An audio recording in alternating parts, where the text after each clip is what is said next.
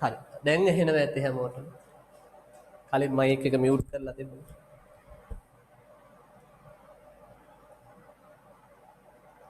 හරි ළමයි අඩුයි. නමුත් කරන්න දෙයක් නෑ. අපි පටන් ගමු දැන්වත් පරක්කු වැඩි වෙනකොට. හරි හැමෝටම ආයිබෝවන්. අපි එහෙනම් පේපර් එක සාකච්ඡා කරන්න පටන් ගමු. එතකොට අද අපිට තියෙන පොතේ BST වල 4 වෙනි පේපර් එක. හරි. අපිට අද තියෙන්නේ 4 වෙනි පේපර් එක නේද?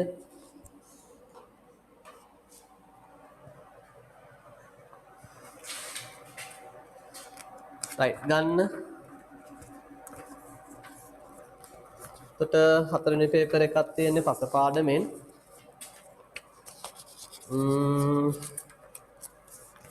බලන්න පළවෙනි ප්‍රශ්නය අහනවා ඔයාලගෙන් පසෙහි ඇති ශුද්ධ ජීවීන් අතුරින් වැඩිම ජෛව ස්කන්ධය සමන්විත වන්නේ.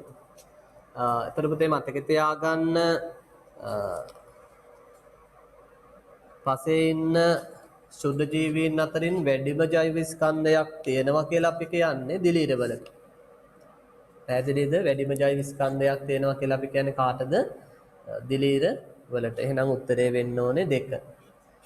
හරි දෙවෙනි උත්තරේ වෙන්න ඕන. ඊළඟ බලන්න දෙවෙනි එක ශ්‍රී ලංකාවේ වියලි කලාපයේ වඩාත් බහුලව දක්නට ලැබෙන පස් කාණ්ඩය වනුයි. වියලි කලාපයේ ප්‍රධාන පස් කාණ්ඩය ඔයාලා හැමෝම දන්නවා. ලේසි ප්‍රශ්නයක්. රතු දුඹුරු පස. නේද? සාමාන්‍ය රතු කහ පොට්සොලික් පස ගත්තාම අපි කියනවා පුතේ තෙත් කලාපයේ ප්‍රධාන පස් කාණ්ඩයනේ. ඊට පස්සේ සාමාන්‍යයෙන් දියසිලු පස ගත්තාම තෙත් කලාපයේ වියලි කලාපයේ තැන් වල ව්‍යාප්ත වෙලා තියෙන්න පුළුවන් පස් කාණ්ඩයක්. දියලු පසයි දියසිලු පසයි දෙක මේ වගේ. ලැටරයිට් පස ගත්තාම බොහෝ දුරට අතරමැදි කලාපයේ තමයි අපි තියෙනවා කියලා කියන්නේ. එතකොට උත්තරේ වෙන්න ඕනේ එහෙනම් රතු කහ පොට්සොලික් පස නෙමෙයි රතු දුඹුරු පස. උත්තරේ 5 වෙන්න ඕන. පැහැදිලි නේද? 5 වෙනි උත්තරය. හරි. ඊළඟ බලන්න 3 වෙනි ප්‍රශ්නය. පස තුල හියුමස් මිශ්‍ර වීමේ ක්‍රියාවලියේ වැඩි කාර්යභාරයක් ඉටු කරනුයේ. හරි. ඒතර හියුමස් මිශ්‍ර කිරීමේ ක්‍රියාවලියේ පුතේ වැඩි කාර්යභාරයක් ඉෂ්ට කරන්නේ කවුරු කියලාද අපි කියන්නේ? ගැඩවිල් පණුවන් මගින් තමයි මේක සිද්ධ වෙන්නේ. පැහැදිලිද? එහෙනම් උත්තරේ වෙන්න ඕන 5 ගැඩවිල් පණුවන් මගිනි. හරි. ගැඩවිල් පණුවන් මගිනි. ඊළඟ 4 බලන්න. පසට කොම්පෝස්ට් එකතු කිරීමෙන් කොම්පෝස්ට් කියන්නේ පුතේ කාබනික ද්‍රව්‍යයක් නේ. අපිට බලමු උත්තරේ මොකක්ද ගන්න පුළුවන්.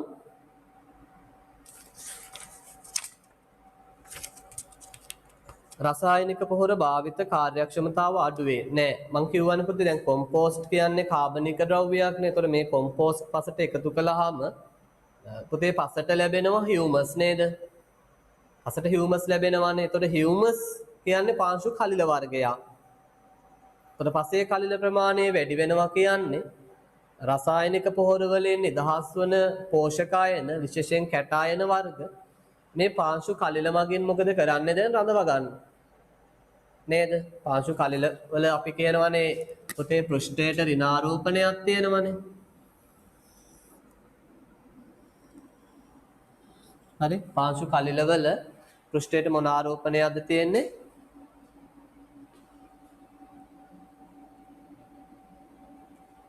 හරි ඍණාරෝපණයක් තියෙනවානේ. මං ඉන්නකොට පේනවා අඩුවේනේ. එතකොට මේ ඍණාරෝපිත පාංශු කලිල වලට දැන් මොකද වෙන්නේ? පුතේ ධනාරෝපිත අයන නැත්නම් කැටායන අධිශෝෂණය වෙනවා. නේ? ධනායන නැත්නම් කැටායන මොකද වෙන්නේ? අධිශෝෂණය වීමක් වෙනවා. එතකොට රසායනික පොහොර වලින් ගොඩක් දුරට නිදහස් වෙනවා කැටායන වර්ග පෝෂක විදියට. නම් මේවා දැන් මොකද කරන්න පුතේ කලිල වලින් අල්ලගන්න. ඒ නිසා ඒ කැටායන වර්ග ඒ පෝෂක වර්ග පහළට ශරණය වෙන එක නතර වෙනවා. පැහැදිලිද? ඒවා පහළට ශරණය වෙන්නේ නැහැ. ඒ කියන්නේ කාර්යක්ෂමතාව අපි කියනවා වැඩි වෙනවා. අපත යන ප්‍රමාණය අඩු වෙනවා. පෝෂක කාර්යක්ෂමතාව වැඩි වෙනවා. පැහැදිලි නේද? එහෙනම් ඒක වෙන්න බෑ. පාංශු ජීවී ගහණය අඩු වේ නෑනේ. දැන් මේ කොම්පෝස්ට් කියන්නේ මං කියපු තේ කාබනික ද්‍රව්‍ය. හරි. මේවා පසට එකතු කරපුවාම ශුද්ධ ජීවීන්ට අවශ්‍ය ආහාර ලැබෙනවා. නේද? ශුද්ධ ජීවීන්ට අවශ්‍ය ආහාර ලැබෙනවා. එතකොට එයාලගේ ගහණය අනිවාර්යයෙන් මොකද වෙන්නේ එහෙනම්? වැඩිවීමක් තමයි වෙන්නේ. තුන්වෙනි එක රසායනික පොහොර භාවිත කාර්යක්ෂමතාව වැඩි වේ. අන්න උත්තරේ. මම මෙච්චර වෙලා පැහැදිලි කළේ ඒකනේ. එහෙනම් රසායනික පොහොර භාවිත කාර්යක්ෂමතාව මොකද වෙන්නේ? වැඩි වීමක් වෙනවා.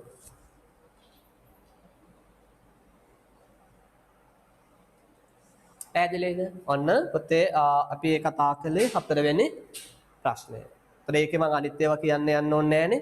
පස තද වෙන්නේ නෑ. කොම්පෝස්ට් එකතු කරපුවම පස බුරුල් වෙනවා. පස්සේ දෘශ්‍ය ඝනත්වය වැඩි නෙමෙයි වෙන්නේ. පස බුරුල් වෙනවා කියන්නේ දෘශ්‍ය ඝනත්වය මොකද වෙන්නේ? අඩු වීමක් තමයි වෙන්නේ. පැහැදිලිද? right. ඊළඟ බලන්න 5 ආම්ලික පස් පුනරුත්ථාපනය කළ හැක්කේ. හරි? ආම්ලික පසක් පුනරුත්ථාපනය කරන්න අපි දන්නවා පොතේ අපි පසට එකතු කරනවා හුණුමය ද්‍රව්‍යනේ. එහෙනම් මොකද්ද උත්තරේ වෙන්න ඕනේ? ඩොලමයිට් පසට යෙදීමෙනි. ඩොලමයිට් පසට යෙදීමෙනි. උත්තරේ වෙන්න ඕනේ 5. 5 වෙනි උත්තරය.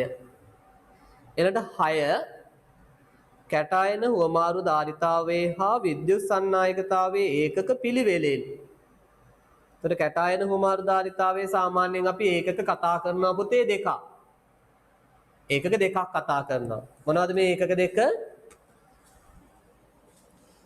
හරි මොනවද ඒකක දෙක? එකක් අපි කියනවා වියලි 5 කිලෝග්‍රෑම් එකක හුවමාරු කරන්න පුළුවන් කැටායන සෙන්ටිමවුල ප්‍රමාණය. එහෙම නැත්නම් 5 ග්‍රෑම් 100ක හුවමාරු කළ හැකි කැටායන මිලි සමක ප්‍රමාණය. ඔය ඒකක දෙකනේ තියෙන්නේ නේ. කැටායන හුවමාරු ධාරිතාවය මතකද? 5 කිලෝග්‍රෑම් එකක හුවමාරු කරන්න පුළුවන් කැටායන සෙන්ටිමවුල ප්‍රමාණය. එහෙම නැත්නම් 5 ග්‍රෑම් 100ක තියෙන හුවමාරු කරන්න පුළුවන් කැටායන මිලි සමක ප්‍රමාණය කියලා අපි කියනවා. ඒ කැටායන හුවමාරු ධාරිතාවයේ ඒකක. විද්‍යුත් සන්නායකතාවයේ ඒකක සාමාන්‍යයෙන් අපි කීපයක් කියනවා පොතේ. සෙන්ටිමීටරයට මිලිසීමන්ස් වලින් ගන්න පුළුවන්. මීටරයට ඩෙසිසීමන්ස් වලින් ගන්න පුළුවන්. එහෙම නැත්නම් සෙන්ටිමීටරයට මිලිමෝස් කියන ඒකකය. හරි මිලිමෝස්.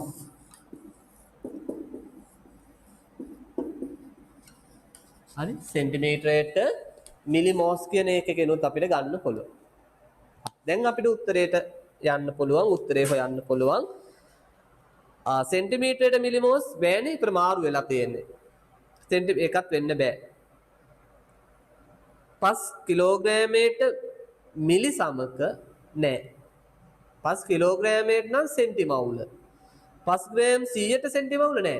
සෙන්ටිමවුල නම් 5 කිලෝග්‍රෑම් එකකට.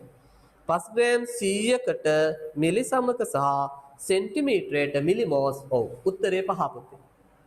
පැහැදිලි නේද? හරියට බලන්න. 5 ග්‍රෑම් 100ට මිලි සමක. එක හරි එතකොට. කැටායන හුවමාරු ධාරිතාව. ඊළඟට සෙන්ටිමීටරයට මිලිමෝස්. එකත් හරි. එක විද්‍යුත් සන්නායකතාවයේ ඒකක. එහෙනම් උත්තරේ වෙන්න ඕනේ පුතේ 6ට 5. හරි 6ට 5. ඊළඟ 7 බලන්න. පහත ප්‍රකාශ අතුරින් නිවැරදි වන්නේ. හරි නිවැරදි ප්‍රකාශය අහනවා. කාබනික ද්‍රව්‍ය අධික පසක් රතු පැහැ වැරදිනේ. කාබනික ද්‍රව්‍ය අධික පසක් පොතේ වෙන්නේ කළු පැහැයනේ. ජල වහනයේ දුර්වල තත්ත්වයටදී පසක යකඩ ඔක්සිකරණ තත්ත්වේ. ඔක්සිකරණ අවස්ථාවේ නෙමෙයි තියෙන්නේ පුතේ දුර්වල ජල වහනයේදී ඔක්සිහරණ අවස්ථාවේ තියෙන්නේ. විශේෂයෙන් යකඩ කියන්නේ ෆෙරස් ඔක්සයිඩ් තමයි හැදෙන්නේ. හරි ෆෙරස් ඔක්සයිඩ්. හරි ෆෙරස් ඔක්සයිඩ් තමයි හැදෙනවා කියලා අපි කියනවා. ඉතින් පේන්නේ නැහැ නේ ඔයාලා. නාමනේ වෙනස් වෙලා නිකවරටි ඉඳලා කරන්නේ.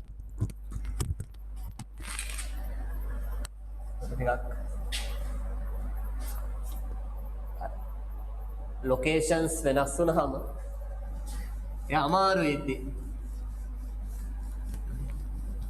ඔන්ලයින් ක්ලාස් එකේදී ඒකට මේ හරිය පේනවනේ. එතකොට මේ යකඩ ඔක්සයිඩ් තමයි තියෙන්නේ. හරි. අනික මං ඉන්නකොට කොහොමවත් පේන්නේ නැහැ ඔයාලට මේ රෑට. එහෙම ප්‍රශ්නෙකුත් තියෙනවා. හරි.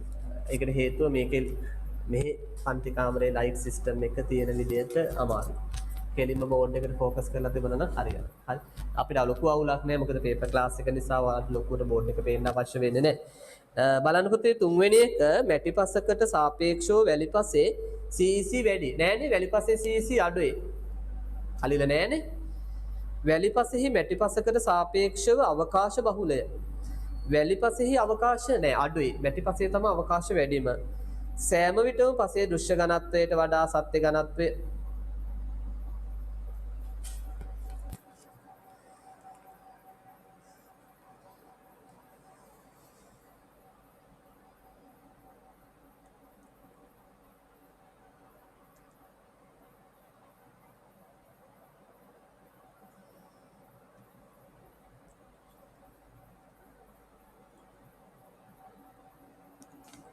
උත්තරයක් නෑ පුතේ ඒකට.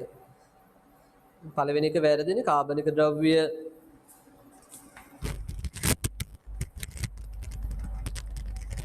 හරි කාබනික ද්‍රව්‍ය අධික පසක් රතු පැහැවේ වැරදිනේ.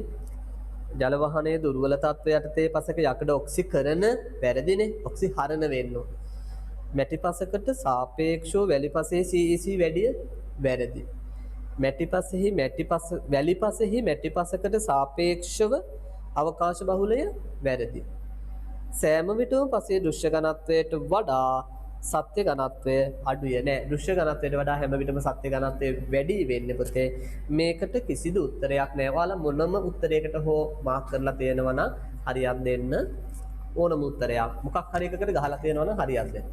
හැබැයි අනිවාර්යයෙන් එකකට ගහන්න ඕන කියලා තමයි පුතේ නීතිය තියෙන්නේ. අනිවාර්යයෙන් එකකට ගහන්න ඕන කියලා අපි කියනවා. නැත්තම් සාමාන්‍යයෙන් ඔයාලා මේ ප්‍රශ්නය උත්සාහ කළේ නෑ කියලා තමයි අපි සලකන්නේ. හරිද? ඒතර උත්සාහයක් ගත්තේ නැත්තම් ලකුණක් දෙන්න බෑ. මොකක් හරි ඒ කියන්නේ විභාගයේදී කිසිම ප්‍රශ්නයක් අමාරුයි කියලා නොගහ ඉන්න එපා. මම දන්නවා ඔයාලා නොගහ ඉන්නේ. එහෙම නොගහ ඉන්න එපා. මොනවා හරි එකකට ගහලා එන්න. මොකද සමහර විට අමාරු ප්‍රශ්නය ඔයාලට අමාරු වෙලා තියෙන්නේ. ඒකේ මොකක් හරි දෝෂයක් තිබුණ නිසා. සමහරට ඔයාලට ඕල් හම්බෙන්න ප්‍රශ්නයක් වෙන්න පුළුවන්. මොකක් හරි එකක් මාක් කරලා තියෙන. ඒතරේ මාක් කිරීමෙන් කියන්නේ අපි කියන්නේ ඔයාලා මේ ප්‍රශ්නෙට උත්සාහයක් දැරුවා. ප්‍රශ්නේ දෝෂයක් නිසා උත්තරයක් ආවේ නෑ. ඒ නිසා ඔයාලා වැරදි උත්තරයකට ගියා වෙන්න පුළුවන්. නොගහ ඉන්න එපා අනිවාර්යෙන්. ගහලා තියෙනවා නම් මේ ප්‍රශ්නෙටත් හරියක් දෙන්න. හරි. ඊළඟට බලන්න 8 වෙනි එක පසෙහි ලවණතාව ඉවත් කිරීමට වඩා සුදුසු ක්‍රමය වන්නේ. හරි. ලවණතාව ඉවත් කරන ක්‍රම තුනක් තියෙනවා පොතේ. මොනවද ලවණතාව ඉවත් කිරීමේ ක්‍රම තුන?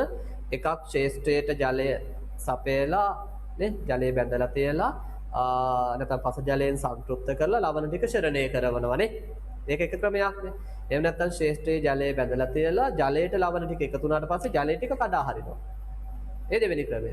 එහෙම නැත්නම් මේ පස මතු පිට ලවණ සහිත ස්තරය මොකද කරන්නේ? අපි සූරලා අයින් කරලා දාන්න.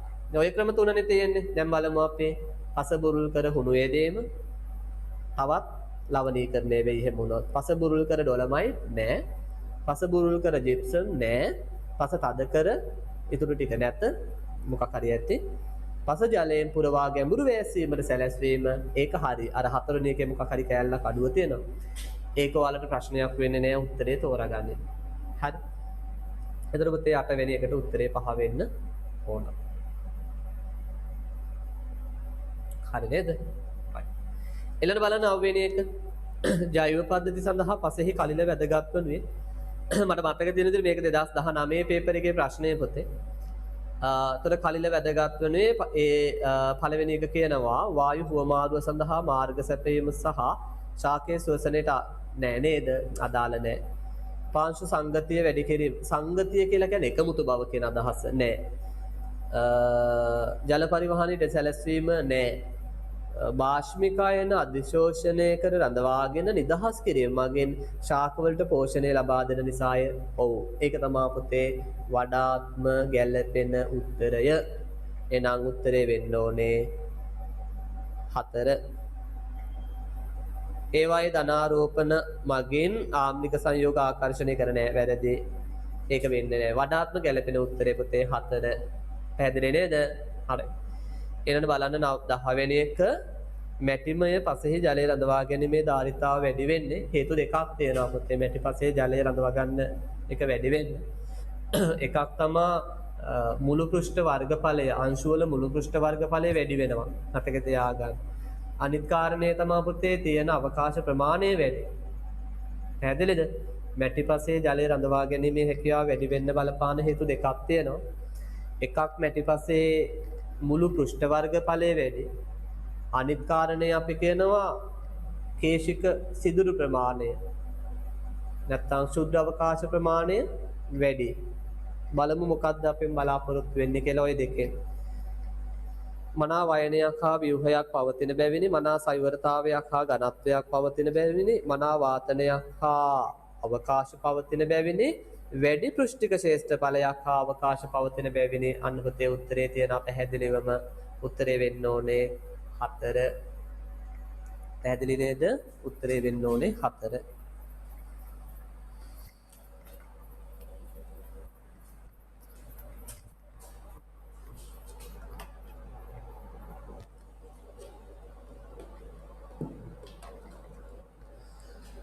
ඊළඟට බලන්න 11 වෙනි එක මොකද්ද තියෙන්නේ? මැටිමය පසක කැටායන හුමාරු ධාරිතාව වන්නේ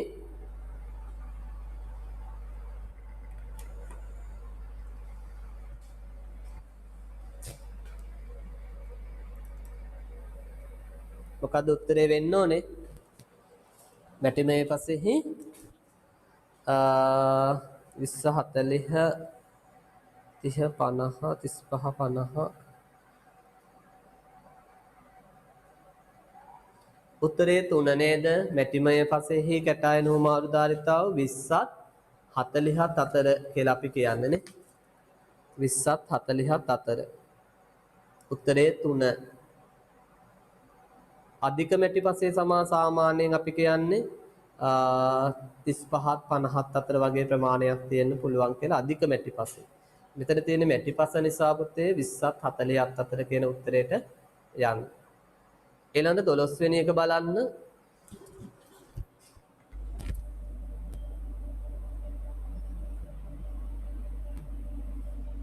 හතට උත්තරයක් නැහැ කිව්වේ පුතේ ඕල්. 7 නේද ඕල් කිව්වේ? ඔව්. ඒකට උත්තරයක් නැහැ. හරි. ඊළඟ බලන්න 12. පස සම්බන්ධ ප්‍රකාශ කීපයක් පහත දැක්වේ. ඒ ලවණ පසක විද්‍යුත් සන්නායකතාව සෙන්ටිමීටරයට මිලිසිමන්ස් 4කි. හරි කියලා ගමු නේද? වැරද්දක් නැහැ. ලවණ පසක pH අගය 7.5ක් විය හැකිය. ඔව්. 7.5ක් වෙන්න පුළුවන්. 7.5ත් 8.5ත් අතර කියලානේ කියන්නේ. අපි දැනට හරි කියලා ගමු. ශාරීය පසක විනිමය කළ හැකි කැටායන ප්‍රමාණය 15කි. ශාරීය පසක විනිමය කළ හැකි කැටායන ප්‍රමාණය විනිමය කළ හැකි සෝඩියම් අයන ප්‍රමාණය නම් අපි 15ක් කියලා කියනවා. ඒක නම් වැරදි වගේ. බලමු අපි චුට්ටක් උත්තර දීලා තියෙන විදියත් එක්ක. ශාරීය පසක විද්‍යුත් සන්නායකතාව සෙන්ටිමීටර මිලිසිමන්ස් 4ට වඩා අඩුය. මේක හරි. ඔකේ හේතුව දන්නව නේද? දැන් ලවණ පසක් ගත්තාම පුතේ ලවණ පසේ ශාරීය පසේ දෙකේම ප්‍රධාන වශයෙන් තියෙන අයනය තමයි සෝඩියම් අයනය. නේ සෝඩියම් අයන තමයි වැඩිපුරම තියෙන්නේ. හැබැයි මේ දෙන්නගේ ඉන්න තැන් වෙනස් වෙනවා ওই පස් දෙකේදී. ලවණ පසේ අපි කියන්නේ පාංශු ද්‍රාවණයේ තමයි සෝඩියම් අයන බහුලව ඉන්නේ. නේද? ශාරීය පසේදී සෝඩියම් අයන බහුලව ඉන්නවා කියන්නේ පාංශු කලිල වලට අධිශෝෂණය වෙලා. එතකොට කලිල වලට බැඳිලා ඉන්න නිසා අපි කියනවා එයාලා නිදහස් අයන නෙමෙයි ඉන්නේ. විවාහ වුණ අය වගේ. එතකොට විද්‍යුත් සන්නායකතාව අඩු වෙනවා පුතේ ශාරීය පසේ. මොකද නිදහස් අයන අඩු වෙන්නේ නේ. නිදහස් අයන අඩු වෙන නිසා විද්‍යුත් සන්නායකතාව අඩු වෙනවා. ලවණ පසට ආපුවම සෝඩියම් ධන අයන වැඩි ප්‍රමාණයක් තියෙන්නේ පාංශු ද්‍රාවණය නිසා. ඒ කියන්නේ නිදහස් අයන විදිහට තියෙන නිසා අපි කියනවා විද්‍යුත් සන්නායකතාව මොකද වෙන්නේ? වැඩි වීමක් වෙනවා. ඕක තමයි හේතුවත් එක්ක කිව්වොත්. එතකොට අපිට ගන්න වෙන්නේ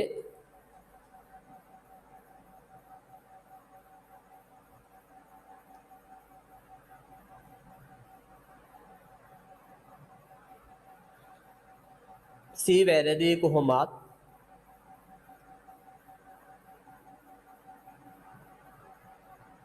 ඒ වැරදි මම ඒ වල වැරද්ද කියන්නන්නේ අපිට මෙතන ඒ වැරදි කියලා ගන්න වෙනවා හේතුව කියමු පොතේ දැන් මේකේ කියන විදිහට ඒ ප්‍රකාශය කියන්නේ ලවණ පසක විද්‍යුත් සන්නායකතාව සෙන්ටිමීටර මිලිසිමන්ස් 4යි කියලා කියන්නේනේ. දැන් හරියටම 4යි. එතනින් එහාටයි වෙනස් වෙන්න බෑ. කියන්නේ 4ට වඩා වැඩි වෙන්න බෑ. ඒ වගේ අදහසක් නේ තියෙන්නේ. හැබැයි අපි කියන්නේ කොහොමද 4ට වඩා වැඩි වෙනවා කියන කෙනේ කියන්නේනේ. එහෙනම් ඒ වැරදි ඇත්තටම.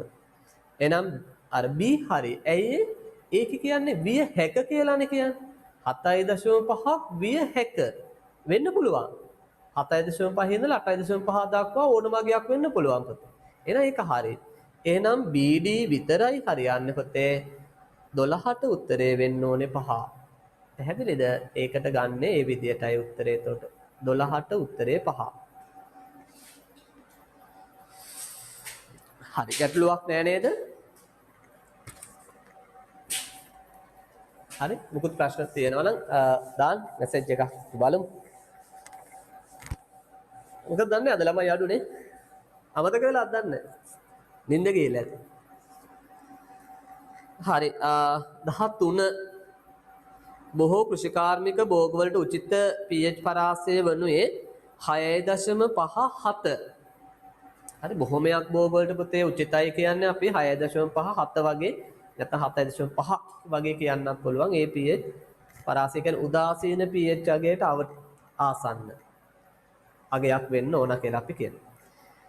13ට 3 බලන්න පුතේ 14 පාංශු කාබනික ද්‍රව්‍ය උත්තර පහ බලමු. ජල අවශෝෂණ දා සරලයි. පළවෙනි උත්තරේ පුතේ අනිත් ඒවා බලන්නම අවශ්‍ය නැහැ ඇත්තටම. කාබනික ද්‍රව්‍ය වැඩි නම් අනිවාර්යෙන් ජලය උරා ගැනීමේ හැකියාව වැඩි වෙනවා. පැහැදිලි නේද? right. අනිත් ඒවා විස්තර කරන්න ඕනේ නැහැ. බලන්න පුතේ 15ට එන්න.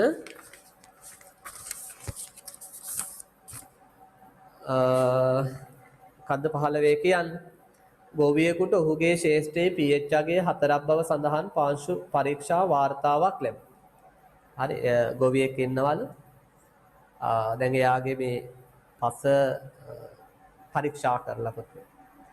පස පරීක්ෂා කරලා බලපුවම pH අගය එනවලු 4ක් කියලා. හරි. පඳුරු බෝංචි වගා කිරීමේ අභිලාෂයෙන් ඔහුගේ ශේෂ්ඨයේ pH අගය 6ට 6.5ට වගේ මෙයාට වැඩි කරගන්න ඕනලු. ඔහු කල යුත්තේ පසට කතන්දර ගොඩක් දාලා අවසානයේ අහන්නේ පුතේ pH අගය ඉවත් කරන්න මොකද්ද කරන්න ඕනේ කියන එක. ඕකනේ අහන්නේ නේ. හරි එන්න කතන්දරයක් දීලා වටේ යවලා නේද?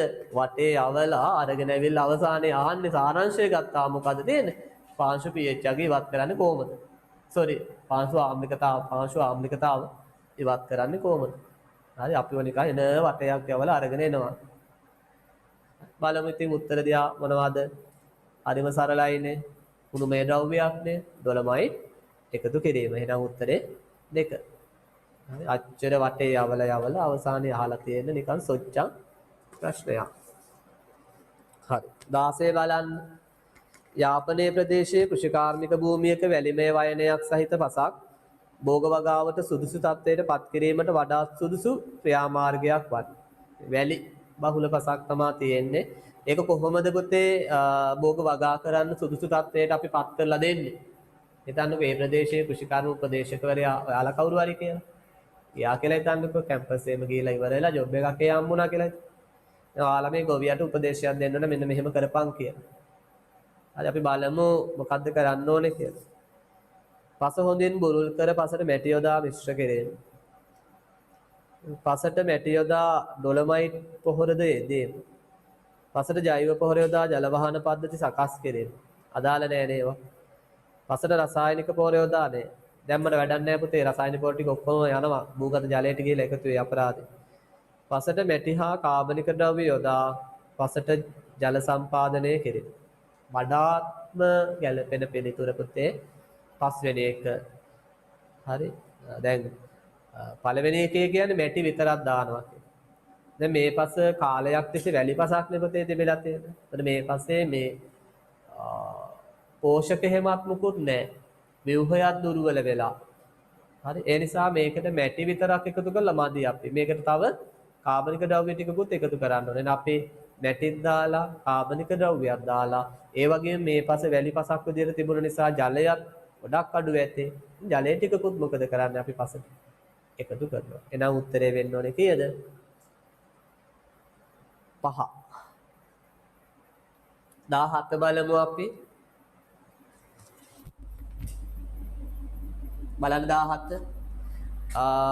ශරණය ලීචින් කියලා අපි කියනවා. දන්නවා ශරණය කියන්නේ මොකක්ද ඔයාලා? උත්තර දිහා බලන්න කලින් අපි තේරුම් ගමු පුතේ. ශරණය කියන්නේ පසේ තියෙන පෝෂක නැත්නම් කැටායන ජලයේ දිය වෙලා පුතේ. හරි? ජලයේ දිය වෙලා ජලයත් එක්ක පහළට යනකොට ඒකට කියනවා මොකක් කියලාද අපි? ශරණයක් කියලා. දැන් උත්තරේ බලමු අපි.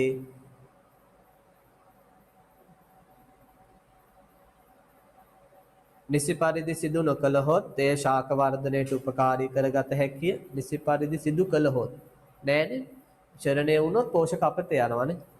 භූගත ජල මට්ටමේ සිට පසතොලෙන් ඉහළට ජලය භූගත ඒ උඩට එනවා නම් ඒක කේශාකර්ෂණය කියලා අපි කියන්නේ. පොළොව පතුලේ ඉඳලා වතුර උඩට එනවා නම් නේ. අර කේශික සිදුර ඔස්සේ උඩට එනවා නම් ඒකට කියන්නේ මොකද්ද? ඒකට කියන්නේ කේශාකර්ෂණය. මගින් ස්වාභාවික පසට පෝෂක එකතු වේ. නෑනේ. වැරදි පෝෂක අයින් වෙනවා කියලානේ කියන්නේ නේ. ශරණයෙන් මේ පෝෂක පල්ලහැට යනවා. නිසා පසෙන් ඔය තියෙන උත්තරේ. මොකක්ද උත්තරේ වෙන්න ඕනේ නේද? ශරණය නිසා පසෙන් පෝෂක ඉවත් වේ. උත්තරය 4. හරිම සරලයි. 4. 18 මෙහෙම කියනවා. පසේ ලවණතාව හා ශාරීයතාව සම්බන්ධයෙන් නිවැරදි සංසන්දනය සහිත වර්ණය වන්. ශාරීයතාවයි ලවණතාවයි සංසන්දනය කරලා තියෙනවා. ලවණතාව තීරුවේ කියනවා පුතේ pH අගය 8.5ට වඩා වැඩි. වැරදිනේ. නේ? ලවණ පසේ pH අගය වෙන්නේ 7.5 ඉඳලා 8.5 නේ. හරි? 7.5 ඉඳලා 8.5. ශාරීය පසේ තමයි පුතේ pH අගය වෙන්නේ 8.5ට වඩා වැඩි අගයක්. ඒක වැරදි. 2 කලිල සංකීර්ණයේ හුවමාරු විය හැකි සෝඩියම් ධන ප්‍රතිශතය 15ට වැඩි. නෑනේ. ලවණ පසේ නෙමෙයි 15ට වැඩි කියන්නේ ශාරීය පසේ නෑ එකක් වැරදි. පාංශු ද්‍රාවණයේ සෝඩියම් ධන සාන්ද්‍රණය අඩුය. නෑනේ මම දැන් පැහැදිලි කළේ කලින්. පාංශු ද්‍රාවණයේ තමා පුතේ වැඩි සෝඩියම් ධන ප්‍රමාණයක් තියෙනවා. පාංශු ද්‍රාවණයේ දියවී ඇති ලවණ සාන්ද්‍රණයේ සාපේක්ෂව අඩුය නෑ ඒකත් වැරදි. විද්‍යුත් සංනායකතාව සෙන්ටිමීටරයට මිලිසීමන්ස් 4ට වඩා වැඩි කියන. එන එක හරි. එහා පැත්තත් බලමු. විද්‍යුත් සංනායකතාව සෙන්ටිමීටරයට මිලිසීමන්ස් 4ට වඩා අඩුයි. වැඩේ ගොඩ කීයද උත්තරය? 5. උත්තරේ 5. ඊළඟට 19 බලමු. මෙහෙම කියනවා ගැඹුරු වෑස්සීම. මොකද ගැඹුරු වෑස්සීම කියන්නේ සාමාන්‍යයෙන් අපි පසෙන් ජල ඉවත් වෙනවා කියලා අපි සලකන්නේ ගැඹුරු වෑස්සීම. ඒ කියන්නේ පුතේ යම් පසක දැන් භෝගයක් වගා කරලා තියෙනවා කියලා හිතන්නකෝ. ඒ භෝගේ මූල මණ්ඩල ගැඹුරක් තියෙනවනේ නේ. යම් ගැඹුරකට මුල් වර්ධනය වෙලා තියෙනවනේ. අන්න ඒ ගැඹුරෙන් පල්ලහැට. හරි ඒ ගැඹුරෙන් පල්ලහැට ජලය ගිහිල්ලා අවසානයේදී භූගත ජලයට එකතු වෙනවා. ඒකට කියනවා මොකක් කියලාද? ගැඹුරු වෑස්සීමක් කියලා. රයිට්. බලමු අපි. එළවලු වගාවේදී පාංශු ජල සුලභතාව වැඩි කරයි. නෑනේ දැන් එළවලු භෝගයක් කියන්නේ මේ මූල මණ්ඩලේ හරි කෙටි පොතේ. ඒ නිසා මේ ඉක්මනින්ම පසෙන් ජලය අයින් කරලා දෙනවා. අයින් කරනවා මේ ගැඹුරු වෑස්සීම් මගින්. භෝගයක ජල අවශ්‍යතාව අඩු කරයි නෑ. ගැඹුරු වෑස්සීම් වැඩි නම් භෝගයක ජල අවශ්‍යතාව වැඩි වීමක් වෙන්නේ. භෝග වගාවේදී ජල හානියක් ලෙස සැලකේ. අන්න උත්තරේ පොතේ. උත්තරේ 3 භෝග වගාවේදී ජල හානියක් ලෙස සැලකේ. තේරුණා නේද? හතරේ 20 නෙමෙයි 19 බැලු. ඊළඟ 20ත් බලමු නේද අපි? බලන්න මෙහෙම කියනවා පහත ප්‍රකාශ තුළින් සත්‍ය ප්‍රකාශය වනුයේ. අධික ජල සම්පාදනයේ වැලිපසක ලවණතාව ඉහළ නංවයි. නෑ.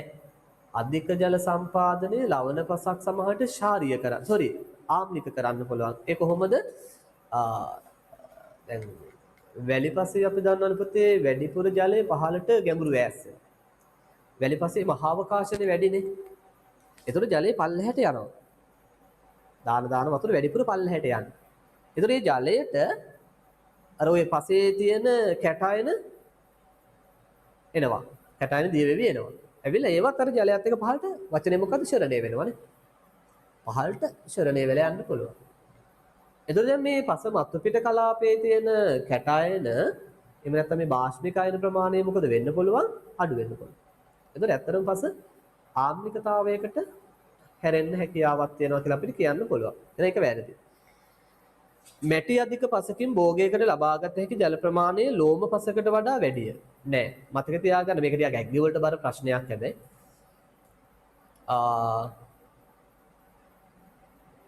මැටි පසේ තමා හොඳට අහගන්න ඇග්‍රි කරන අය විශේෂයෙන්. පොතේ මැටි පසේ තමා ජලය වැඩිපුරම තියෙන්නේ. ඒක හරි. හරි. ඕකට ප්‍රස්තාරයකුත් තියෙනවා. ඔන්න මම අදින්නම්. සමහරට ඇග්‍රි කරන අයට මම මේක කියලා ඇත්තේ කියලා දීලා ඇත්තේ. මේ බලන්නකෝ.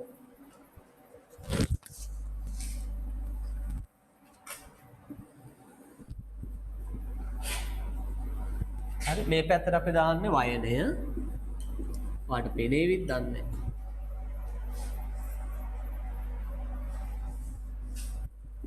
හරි මේ පැත්ත වයනය. මං අයින් වුණාම ටිකක් පේනවනේ නේ. මේ පැත්තට ජල ප්‍රතිශතය.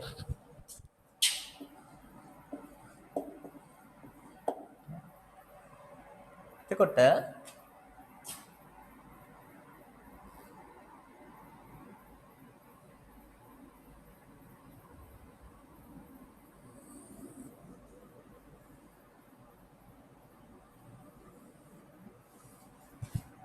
ඔය තියෙන්නේ ශ්‍රේෂ්ඨ ධාරිතාව වෙනස් වෙන විදිය. ඔය ප්‍රස්තාරයෙන් පෙන්නන්නේ. ශ්‍රේෂ්ඨ ධාරිතාව කියන එක වෙනස් වෙන විදිය. මම එකයි කිව්වේ මේක ටිකක් ඇග්‍රි වලට බර ප්‍රශ්නයක්. ඊට පස්සේ මේ ප්‍රස්තාරයෙන් පෙන්වනවා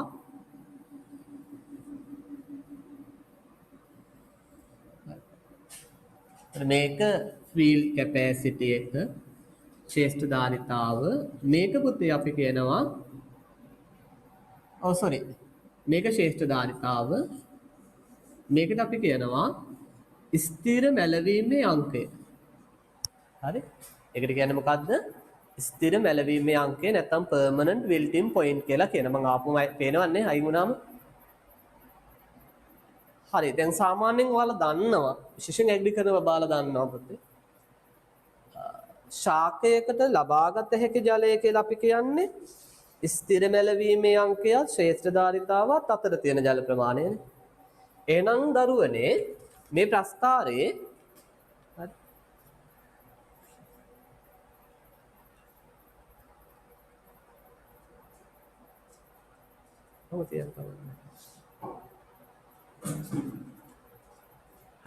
පුතේ මේ ප්‍රස්තාරයේ මෙන්න මේ රේඛා දෙක අතර ප්‍රදේශයෙන් මම මේ පාට කරලා පෙන්නන්නේ ඔයාලට.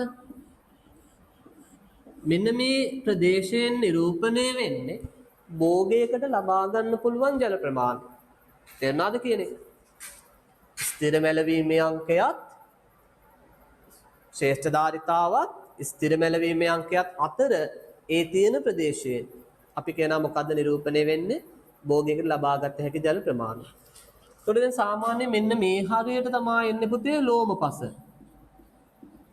මෙන්න මේ හරිය ලෝම. මෙන්න මේ හරිය තමයි මැටි පස තියෙන්නේ. මේ හරියට වැලි පස. දැන් ඔයාලා බලන්න, ඔන්න මම අයින් වුණා. දැන් ඔයාලා බලන්න ඔය ප්‍රස්තාර දෙක අතර වැඩිම පරතරයක් ඇවිල්ලා තියෙන්නේ මැටි පසේදීද? හරි? ලෝම පසේදීද? ලෝම පසේ නේද? ඒ නිසා අපි කියනවා පුතේ ලෝම පසේ තමා භෝගයකට ලබා ගන්න පුළුවන් වැඩිම ජල ප්‍රමාණයක් තියෙන්නේ. හරි භෝගයකට ලබා ගන්න පුළුවන් වැඩිම ජල ප්‍රමාණය. පසේ වැඩිම ජල ප්‍රමාණයක් තියෙන්නේ මේ ශ්‍රේෂ්ඨ ධාරිතාවෙන් පෙන්වන්නේ පසේ තියෙන ජල ප්‍රමාණය. ඒක මැටි පසේ. හරි මැටි පසේ තියෙන ජල ප්‍රමාණය වැඩි. හැබැයි ගන්න පුළුවන් ජල ප්‍රමාණය අඩුයි. තව ටිකක් ඇග්‍රි වලට අදාළ කාරණා වලින් පැහැදිලි කිරීමක් කළොත් පුතේ මැටි පසේ වැඩිපුර තියෙන්නේ ජලාකර්ෂක ජලය. පැහැදිලිද? මැටි පසේ වැඩිපුර තියෙන මොන ජලයේද? ජලාකර්ෂක ජලය. හරි. ඒ නිසා ලබා ගන්න පුළුවන් ජල ප්‍රමාණය අපි කියනවා අඩුයි. තේරුණාද? right. ඒක ටිකක් මම කිව්වේ BST වලට එහා ගිහිල්ලා ටිකක් ඇග්‍රි පැත්තට බර වෙච්ච ප්‍රශ්නයක් මගේ අතින් වැටලා තියෙනවා. නමුත් මම හිතනවා මෙතන අපේ බහුතරයක් දෙනා ඇග්‍රි කරන්නේ. ඒකට ඔන්න ඉගෙන ගන්න ලොකඩක් වැදගත් විස්තර ටිකක් මම මෙතන කියලා දුන්නා. මතක තියාගන්න. දෙවෙනි එක වැරදි. තුන්වෙනි එක බලන්න භෝගයකට උරාගත හැකි ගුරුත්වාකර්ෂණ ජලය හා කේශාකර්ෂණ ජලයයි. මම මේ සම්පූර්ණ මේ ප්‍රශ්නය ඇග්‍රි වලට බර ප්‍රශ්නයක්. මේවා උගන්වන්න ඇත්තටම BST වල නෑ දැන්. ඉස්සර අපි ඉගෙනුවා. ඒ කියන්නේ අර පේපර් එක හදනකොට ඔය මගේ අතින් ප්‍රශ්න මාරු වෙලා තියෙන්නේ. එතකොට තුන්වෙනි එකත් වැරදි. පුතේ භෝගයකට ගන්න පුළුවන් කියලා අපි කියන්නේ කේශාකර්ෂණ ජලය. ඒකිනුත් කේශාකර්ෂණ ජලයනුත් කොටසක් විතරයි අපි ගන්න පුළුවන් කියලා කියනවා. වැලි අධික පසක පාංශු ප්‍රතික්‍රියාව ඉහළා ගියක් ගන්නේ නැහැ. වැලි වැඩි නම් පුතේ පාංශු ප්‍රතික්‍රියාව අපි කියනවා අඩු අගයක් ගන්නෙ. පාංශු ව්‍යුහයේ පාංශු ජලධාරිතාව කෙරෙහි බලපෑම් ඇති කරයි. ඔව්. පාංශු ව්‍යුහයේ හොඳ ව්‍යුහයක් නම් තියෙන අවකාශ ප්‍රමාණය වැඩිනේ පස්සේ. එතකොට ජලධාරිතාව මොකද වෙන්නේ? වැඩි වීමක් සිද්ධ වෙනවා. එහෙනම් පුතේ 20ට උත්තරේ 5. 20ට 5. තේරුණා නේද? 20ට 5. ඊළඟට බලන්න 21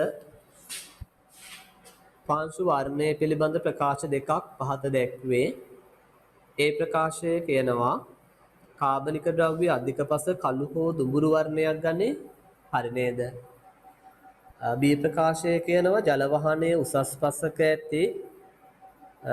පසක එහි ඇති ෆෙරික් නිසා ෆෙරික් කියන්නේ යකඩ ධන 3 ආයන පුතේ රතු පැහැයක්ද ජල වහනයේ දුර්වල පසක එහි ඇති ෆෙරස් කියන්නේ යකඩ ධන 2 ආයන නිසා කළු හෝ අලු පැහැයක්ද පෙන්වයි. හරි. එතකොට මේ ප්‍රකාශ දෙකම දරුවනේ හරි. හැබැයි මේ දෙන්න අතර කිසිදු සම්බන්ධයක් නැහැ. පැහැදිලිද? මේ දෙන්න හරි. හැබැයි කිසි සම්බන්ධයක් නැහැ මුන් දෙන්න අතර. එහෙනම් උත්තරේ වෙන්න ඕනේ A හා B නිර්වද්‍ය නමුත් එකිනෙක හා සම්බන්ධතාවක් නැත කියන උත්තරේ වෙන්න ඕනේ. හරි. එකිනෙක හා සම්බන්ධතාවක් නැත. ඒ කියන්නේ 21ට උත්තරේ ඔයාලා තෝරන්න ඕනේ 3. පැහැදිලි නේද?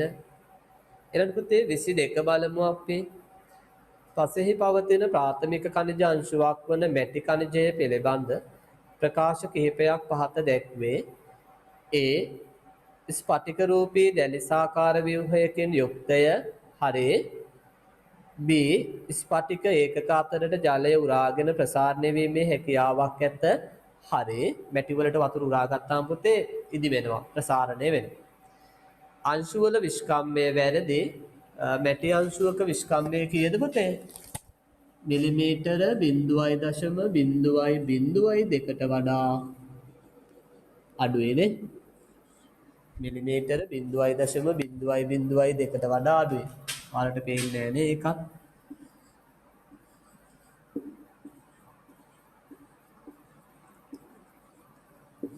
හරි. මිලිමීටර 0.002ට වඩා අඩුයි කියලායි අපි කියන්නේ. රයිට්.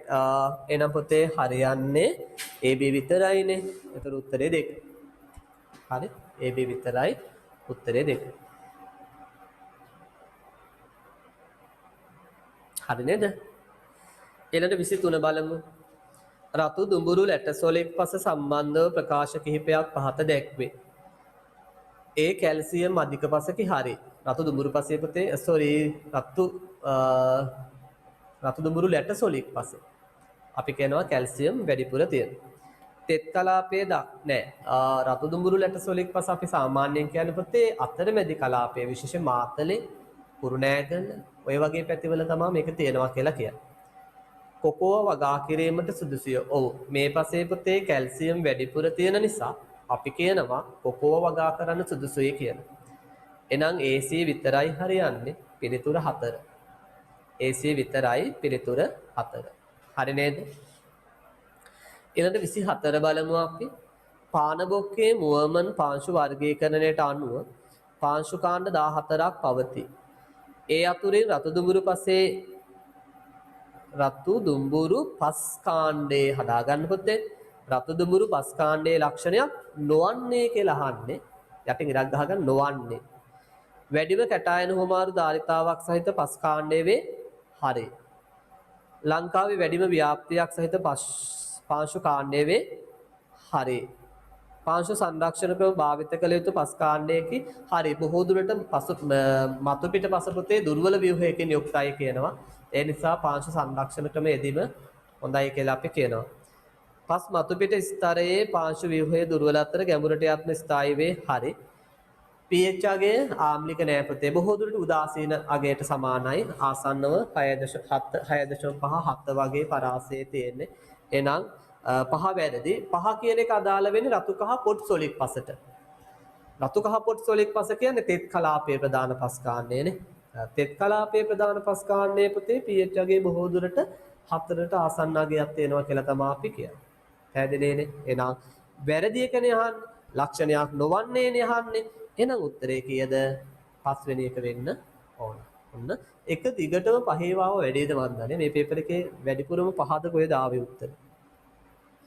කලින් එකෙත් පහනේ ආවේ. ඔව්. 25 බලමු. පාංශු ජීවීන් සම්බන්ධ වඩාත් නිවැරදි ප්‍රකාශය වනුයේ මයිටාවන් පාංශු ජීවී කාණ්ඩයට අයත් වේ. පාංශු ශුද්ධ ජීවී කාණ්ඩයට අයත් වේ. වැරදි. එයා මජ්ජා ජීවියෙක් පුතේ. පසේ ජීවත් වන දේහ පළල මිලිමීටර් 0.1කට වඩා වැඩි ජීවීන් මජ්ජා ජීවීන්. පොඩි ප්‍රශ්නයක් දෙනවා. 0.1කට වඩා වැඩි කිව්වම සීමාවක් නැහැ හැබැයි. එහෙම කියන්න බෑ නේද? 0.1 2ක් අතර තමයි මජ්ජා ජීවීන්. එහෙනම් එකත් වැරදි. ලයිකන සහ ඇතැම් ඇනලිඩාවන් පාංශු මජ්ජා ජීවීන් වේ. හරි.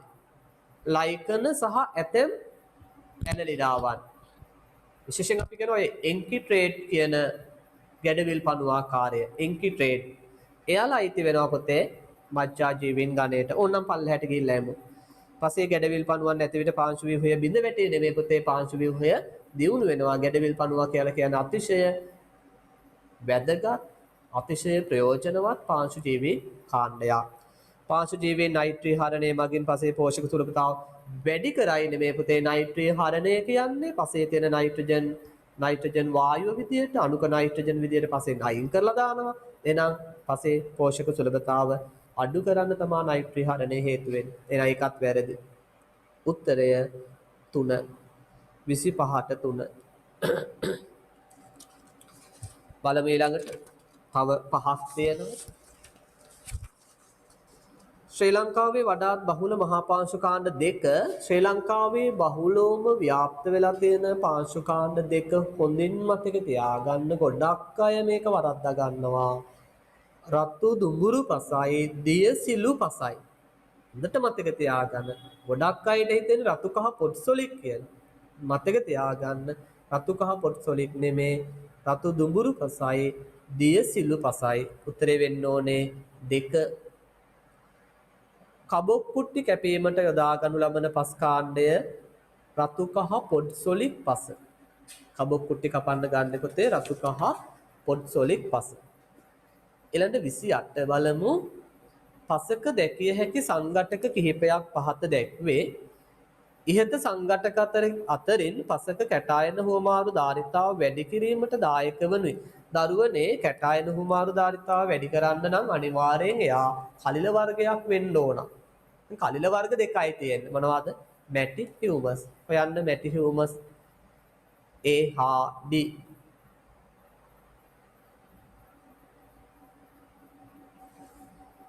එතකොට අපිට A හා D උත්තරයක් නැති නිසා පුතේ සහ D කියලා උත්තරයකුත් නෑ මේකේ. එහෙනම් උත්තරේ ගන්න වෙන්නේ A පමණි කියන එක තමයිනේ.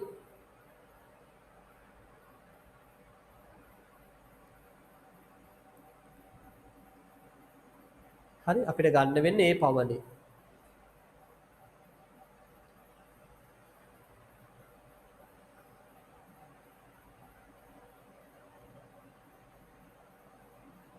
ඔව් ගැටලුවක් නෑ එතකොට. 29 බලමු අපි. පහත ප්‍රකාශ සලකන්න කියනවා. ඒ මැටිමය පසක අංශුවල පෘෂ්ඨීය ශේෂ්ඨඵලය සහ සවිවරතාව ඉහළ වේ. කලිනුත් මම මේ ගැන කතා කළා පුතේ. ඒක හරිනේ. B මැටිමය පසක ජලය රඳවා ගැනීමේ ධාරිතාව ඉහළ වේ. ඔව්. සහ හේතුව උඩ තියෙනවා. එහෙනම් උත්තරේ වෙන්න ඕනේ A හා B නිරවද්‍ය වන අතර A මගින් B පහදා දේ. උත්තරේ 4 පුතේ. A හා B නිරවද්‍ය වන අතර A මගින් B පහදා දේ. ඊළඟට 30 බලමු. දියලු පස සම්බන්ධයෙන් ප්‍රකාශ කීපයක් පහත දෙක. දියලු පසයි දියසිලු පසයි කියන්නේ පුතේ දෙකක්. ඒකත් වෙන් කරලා මතක තියාගන්න. ගොඩක් අය හිතනවා උක එක් පස් කාණ්ඩයක් කියලා නෑ. දියලු පසයි දියසිලු පසයි කියන්නේ පස් කාණ්ඩ දෙකක්. යම් යම් ලක්ෂණ ආසන්නව සමානව යනවා. නමුත් පිහිටීම අතින් ව්‍යාප්තිය අතින් වෙනස් සහ සමහර ලක්ෂණ අතින් වෙනස්. ඒ කියන්නේ උදාහරණයක් විදිහට දියලු පසේ ව්‍යුහයක් නැහැ කියලා අපි කියන්නේ. නමුත් දියසිලු පසේ යම් ප්‍රමාණයකට යම් ආකාරයකට ව්‍යුහයක් පිහිටන්න පුළුවන්. right. විවගාවට උචිතය හරි. මැටි වැඩි බැවින් ගඩොල් කැපීමට යොදාගත හැක. දියුණු ව්‍යුහයක් සහිතය වැරදි. A හා B විතරයි පුතේ හරියන්නේ. උත්තරය 3. A හා B විතරයි උත්තරය 3.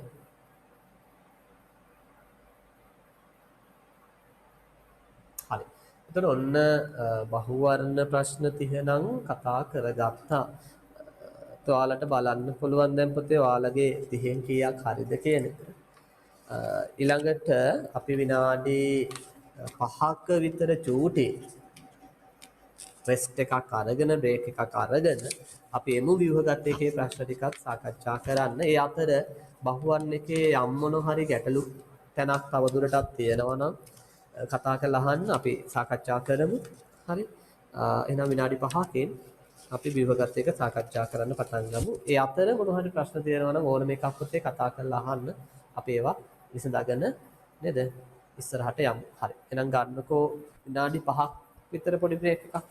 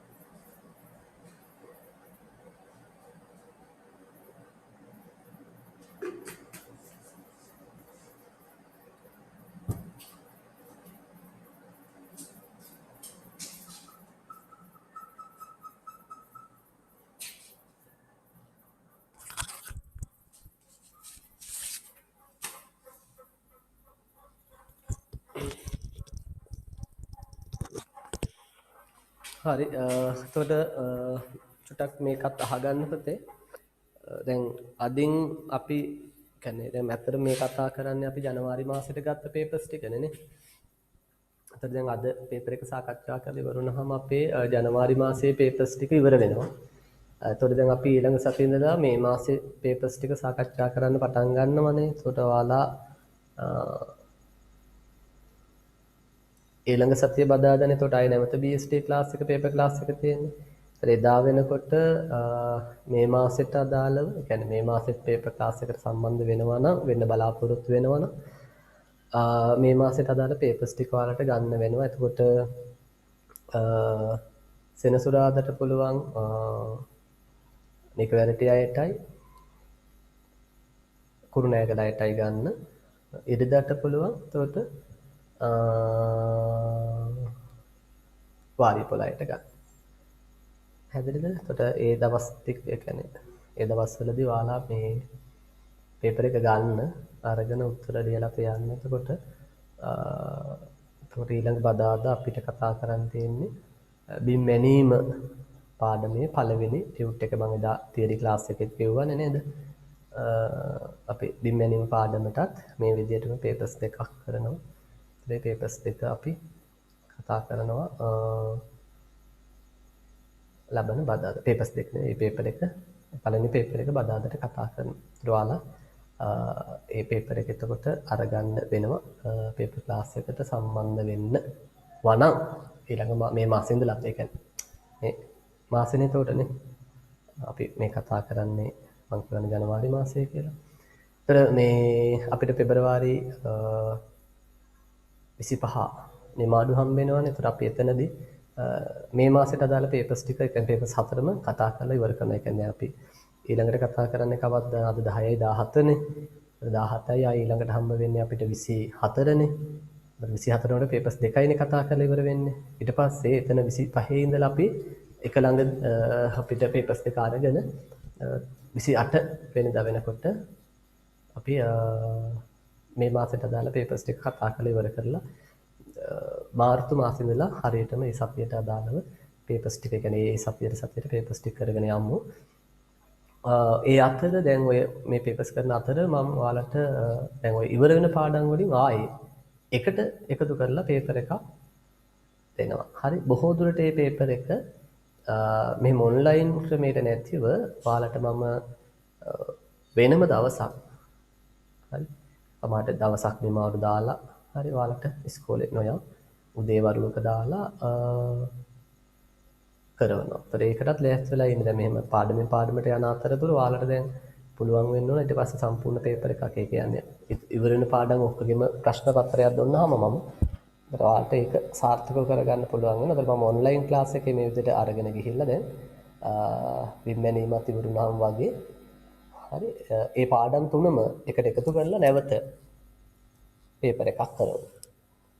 හරි මේ පේපර් එක මම කරවන්නේ මෙහෙම නෙමෙයි. දැන් මෙහෙම කරද්දී ඔයාලා ගෙදර කොහොම ලියනවද දන්නේ නැහැ නේ.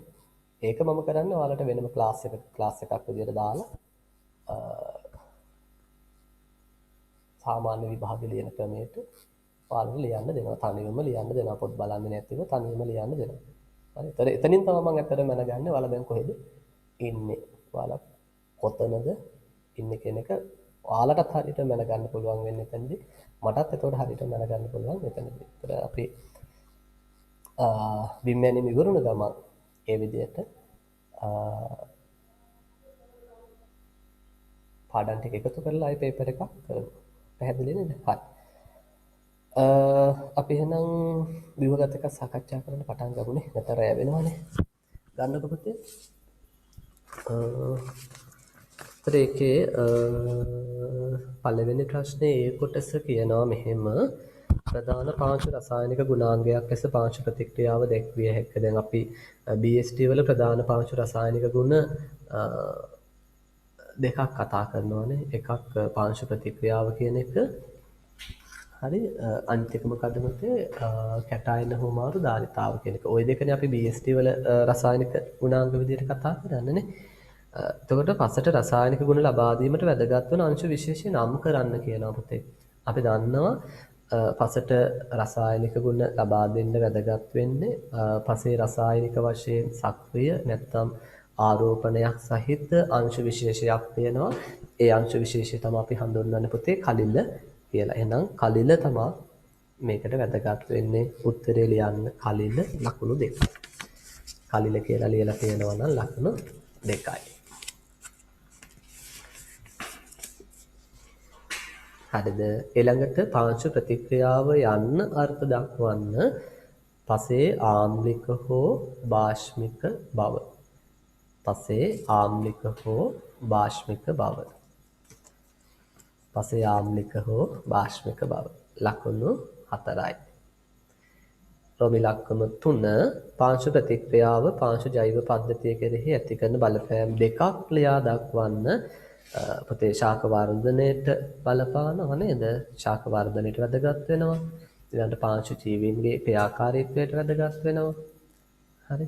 යන්න එතකොට ඒවා ශාක වර්ධනයට නැත්නම් ශාක වර්ධනයට ඊළඟට පාංශු ජීවීන්ගේ ක්‍රියාකාරීත්වයට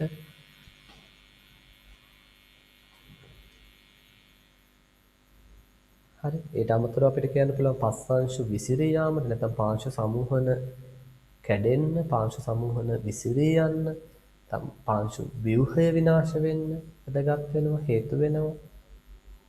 ඊළඟට භූගත ජලයේ ගුණාත්මක භාවයට මේක බලපානවා පුතේ. හරි. භූගත ජලයේ ගුණාත්මක භාවයට බලපානවා. කොහොමද භූගත ජලයේ ගුණාත්මක භාවයට බලපාන්නේ? දැන් උදාහරණයක් විදිහට පුතේ පස ලවණයි නම් ඒ ලවණ පහළට ශරණය වෙලා යන්න පුළුවන් නේ. ජලයත් එක්ක හොදාගෙන යන්න පුළුවන් ලවණ. ගිහිල්ලා භූගත ජලයට එකතු වුණා භූගත ජලයක් මොකද වෙන්නේ? ලවණීකරණය වෙනවා. පැහැදිලිද? එහෙනම් දැන් වඩා හොඳයි මම අර මුලින්ම කියපු දෙක ලියනවා නම් ඉතින්. ඔය මාකෙන් එකේදී එහෙමත් වෙනවනේ. වඩාත්ම වැඩි බලපෑමක් ඇති කරන දෙක සමහරට බලාපොරොත්තු වෙනවා. ඒක නිසා කෙලින්ම පළවෙනි එක ගන්න භෝග වර්ධනයට බලපානවා. දෙවෙනි එක ගන්න පාංශු ජීවීන්ගේ ක්‍රියාකාරීත්වයට බලපානවා කියන්නේ. පැහැදිලිද? right. අනිත් ඒවත් වැරද්දක් නෑ මම කියන්නේ. ඒවත් හරි. නමුත් අර වැඩි බරක් දෙන්න පුළුවන් කාරණා දෙක තමයි පළවෙනි දෙක. හරි. ඊළඟ හතරවෙනි එක බලන්න. එතන ලකුණු පුතේ 4 ගානේ 8ක් දීලා තියෙනවා. ලකුණු දාගෙන යන්න 4 ගානේ 8යි. හතරවෙනි රෝමි ලක්කම 4 කියනවා පුතේ. පාංශු ප්‍රතික්‍රියාව පිළිබඳ අදහසක් ලබා ගැනීමට පාංශු pH අගය යොදාගත හැකියි. ඔව්. අපි පාංශු ප්‍රතික්‍රියාව මොකක්ද කියන එක බලාගන්න පුතේ. ඊපස්සේ pH අගය මැනලානේ. දැන් සාමාන්‍යයෙන් අපි කියනවා pH අගය 7යි නම් උදාසීනයි කියනවා. 7ට වඩා අඩුයි නම් ආම්ලිකයි කියනවා. 7ට වඩා වැඩි නම් පාෂ්මිකයි කියනවා. සරලව. ඔයිට අමතරව තවදුරටත් බෙදීමකුත් අපි උතන කරනවා. මම දැන් ඒ ඔක්කොම කියන්න යන්නේ නැහැ. පාංශු pH අගය මැනීමට යොදාගත හැකි ක්‍රම 3ක් නම් කරන්න. හරිම ලේසි ප්‍රශ්නයක්. pH මීටරය ගන්න පුළුවන්, pH කඩදාසි ගන්න පුළුවන්. ඊළඟට වර්ණ මිතික ක්‍රමය එහෙම නැත්නම් ඒකටම අපි කියනවා පුතේ BDH ක්‍රමය කියලානේ. BDH ක්‍රමය එහෙම නැත්නම් වර්ණ මිතික ක්‍රමය. හරි. එතකොට ඔය තුන ලියන්න ලකුණු 6ක් හම්බ වෙනවා.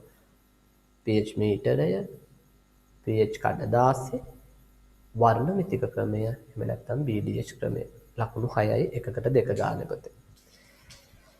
ඊළඟට පහත එක් pH පරාසයන් සඳහා අදාළ පාංශු ප්‍රතික්‍රියාව ලියා දක්වන්න කියලා. ඒත් සාමාන්‍යයෙන් pH අගය 4.5යි කියලා අපි කියන්නේ. හරි. අපිට කියන්න පුළුවන් ආම්ලිකයි කියලා කියන්න පුළුවන් නේ. ආම්ලිකයි කියලා කියන්න පුළුවන් 4.5 පහ පරාසය නම් ඊළඟට 8.5 පරාසය නම් අපි සාමාන්‍යයෙන් කියනවා බාෂ්මිකයි කියලා. පැහැදිලිද? බාෂ්මිකයි කියලා කියනවා. 8.5 නම් අපි කියනවා බාෂ්මිකයි. 4.5 නම් අපි කියනවා ආම්ලිකයි කියලා. පැහැදිලිද? right. ඊළඟට රෝමි ලක්කම 5 එක්තරා උඩරට එළවලු ගොවියෙකු උඩරට එළවලු ගොවියෙකු තම වගා භූමියේ pH අගය පරීක්ෂා කරන ලදුව එය 4.2ක් බව දැනගන්නා ලදී. හරි. උඩරට කියන්නේ බොහෝ දුරට තෙත් කලාපයනේ නේද? තෙත් කලාපයේ එළවලු ගොවියෙක් එයාගේ පුතේ වගා භූමියේ පස පරීක්ෂා කළාම එයාගේ පසේ pH අගය 4.2ක් කියලා එයා හොයාගත්තලු නැත්නම් දැනගත්තලු.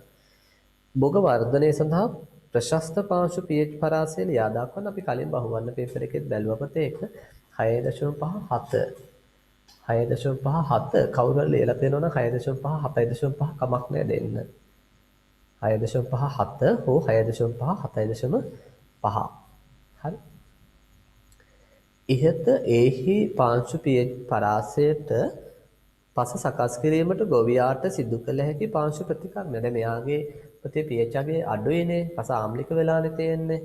එහෙනම් අපි pH අගේ වැඩි කරන්න ඔයාලා ඕනම හුණුමේ ද්‍රව්‍යයක් ඕනම හුණුමේ ද්‍රව්‍යයක් කියලා ලියන්න එපා. අපිට ලියන්න පුළුවන් අලු හුණු යෙදීම, ඩොලමයිට් යෙදීම, හුණු ගල් යෙදීම, දිය ගැසූ හුණු යෙදීම, ඒ වගේ ඕනම හුණුමේ ද්‍රව්‍යයක් යෙදීම කියලා ලියන්න බලවත්. හරි. එතකොට ඔයාලට ලකුණු දීලා තියෙනවා එතන දෙකක් දීලා තියෙනවා A වලට B වලට ලකුණු 3ක් දීලා තියෙනවා අතන උඩ එකේ B කොටසට පොතේ ලකුණු 3 3 6ක් හම්බ වෙලා තියෙනවා ඊළඟට B කොටස බලන්න 1961 දී පානබොක්කේ සහ මුවමන් විසින් ඉදිරිපත් කළ පාංශු වර්ගීකරණයේ වර්තමානයේ ශ්‍රී ලංකාවේ භාවිත වේ පාංශු කාණ්ඩයක් යන අර්ථ දක්වන්න. පාංශු කාණ්ඩයක් කියන්නේ දරුවනේ අපි කියනවා නිශ්චිත භෞතික රසායනික හා ජෛවීය ලක්ෂණ වලින් යුක්ත සහ ශ්‍රී ලංකාව තුල නිශ්චිත ව්‍යාප්තියක් පෙන්වන ව්‍යාප්තියක් දක්වන පස් කාණ්ඩ අපි කියනවා පාංශු කාණ්ඩ කියලා. පැහැදිලිද? නිශ්චිත ලියලා නැති අය ඉන්නවනේ ලියා ගන්න. නිශ්චිත භෞතික රසායනික හා ජෛවීය ලක්ෂණ වලින් යුත් ශ්‍රී ලංකාව තුල නිශ්චිත ව්‍යාප්තියක් දක්වන පස් කාණ්ඩ. නිශ්චිත භෞතික රසායනික හා ජෛවීය ගුණාංග වලින් යුත් ශ්‍රී ලංකාව තුල නිශ්චිත ව්‍යාප්තියක් යම් ප්‍රදේශයක නිශ්චිතව ව්‍යාප්ත වෙලා තියෙන දක්වන පස් කාණ්ඩ අපි කියනවා පාංශු කාණ්ඩ කියලා. පැහැදිලි නේද? right. ලකුණු 4යි ප්‍රතේකට ලකුණු 4යි ඊළඟට බලන්න ඉහත වර්ගීකරණයට අනුව ශ්‍රී ලංකාවේ මහා පාංශු කාණ්ඩ අපි බහුවර්ණ පේපර් එකේ තෝක දැක්ක තියෙනවා 14ක් තියෙනවානේ එයාලා 14කට පුතේ මේක වර්ගීකරණය කරලා තියෙනවා ලංකාවේ තියෙන විවිධ පස් කාණ්ඩ පස් වර්ග කාණ්ඩ කීයකට බෙදලා තියෙනවනේ 14කට බෙදලා තියෙනවා පහත එක් භාවිතයක් සඳහා වඩාත් යෝග්‍ය පස් කාණ්ඩය ලියා දක්වන්න. ඔයාලා ඉගෙනගෙන තියෙන පස් කාණ්ඩ අතරින් ලියන්න. තේ වගා කිරීමට දැන් මතක තියාගන්න දරුවනේ තේ කියලා කියන්නේ ආම්ලික පසේ හොඳින් වර්ධනය වෙන භෝගයක්. අනිවාර්යෙන් එයාට ආම්ලික පසක් අවශ්‍ය වෙනවා. එහෙනම් තේ වගා කරන්න හොඳම පස රතු කහ පොඩ්සොලි. තේ වගා කරන්න හොඳම පස අපි කියනවා රතු කහ පොඩ්සොලි කියලා. ඇදලේ නේද? රතු කහ පොඩ්සොලි. ගඩොල් කැපීමට දියලු පස. හරි? ගඩොල් කැපීමට දියලු පස. වී වගා කිරීමට ඒකට පුතේ දියලු පස ලිව්වත් හරි, දියසිලු පස ලිව්වත් හරි. දෙකෙන් ඕනම එකක්. දියලු පස හෝ දියසිලු පස. දියලු පස, දියසිලු පස දෙකෙන් ඕනම එකක් හරි. කබොක්ගල් කැපීම රතු කහ පොඩ්සොලික් පස. රතු කහ පොඩ්සොලික් පස. හරි. එතකොට උඩම එකට ලකුණු 2යි. මෙතන එකකට 3 ගානේ පුතේ ලකුණු 12ක් හම්බ වෙනවා. හරි. අපි යමුද රෝම ඉලක්කම 4ට ශ්‍රී ලංකාවේ මහා පාංශු කාණ්ඩ පිළිබඳ ප්‍රකාශ කිහිපයක් පහත දී ඇත. මෙම ප්‍රකාශ සත්‍ය අසත්‍යදයි සඳහන් කරන්න කියනවා. right. බලමු. රතු දුඹුරු පසෙහි කැටායන හුවමාරු ධාරිතාව CEC කියන්නේ කැටායන හුවමාරු ධාරිතාව පුතේ කිලෝග්‍රෑමයට සෙන්ටිමවුල 10ත් 20ත් වේ සත්‍යයි. ඒක හරි පුතේ සත්‍යයි. රතු කහ පොට්සොලික් පසෙහි පාංශු ප්‍රතිකාර වලින් තොරව සාර්ථකව එළවලු වගා කළ හැක නෑ. ඇයි? සාමාන්‍යයෙන් එළවලු භෝගයක් කියලා කියන පොතේ උදාසීන pH අගයේදී හොඳින් වර්ධනය වෙන්නේ. දැන් රතු කහ පොට්සොලික් පස ගත්තාම පැහැදිලිව අපි දන්නවා පොතේ මෙයාගේ pH අගය 4ක් විතර වගේ වෙන්නේ. අධික ලෙස ආම්ලික වෙලා තියෙන්නේ. පැහැදිලිද? ඒ නිසා අනිවාර්යෙන් අපිට සිද්ධ වෙනවා පාර්ශ්ව ප්‍රතිකාර කරලා ආම්ලිකතාව අයින් කරගන්න. හරි. ඔයාලා ඔය පොඩක් දුරට නුවරඑළිය පැත්තේ ට්‍රිප් එකක් ගියොත් බලන්නකෝ මේ වගා භූමි, කියන්නේ වගා කරන්න පටන් අරගෙන දිවි සකස් කරලා තියෙන භූමි වල දැන් මතු පිටින් මේ සුදු පාට කුඩු කුඩු වගේ පෙනේවි. හරි. පාත්තියම හදලා තියෙන භූමියක ඔයාලට පෙනේවි මොන හරි සුදු පාට කුඩු කුඩු දාලා. කුඩු ගහලානේ මේවා එන්නේ. හරිද? මොනවද දාලා තියෙන්නේ? ගොඩක් දුරට ඩොලොමයිට් වගේ දේවල්, කුණු ගල් වගේ දේවල් කුඩු කරලා දාලා. අන්න මොකද ඒ දාලා තියෙන්නේ? පස්සේ pH වගේ වැඩි කරන්න නැත්නම් ආම්ලිකතාව ඉවත් කරන්න. එහෙනම් පුතේ ඒක නම් අසත්‍යයි. ඒක අසත්‍යයි. තුන්වෙනි එක බලන්න. රතු දුඹුරු ලැටසොලික් පසෙහි තේ වගා කළ හැක. වැරදි. රතු දුඹුරු ලැටසොලික් පසේ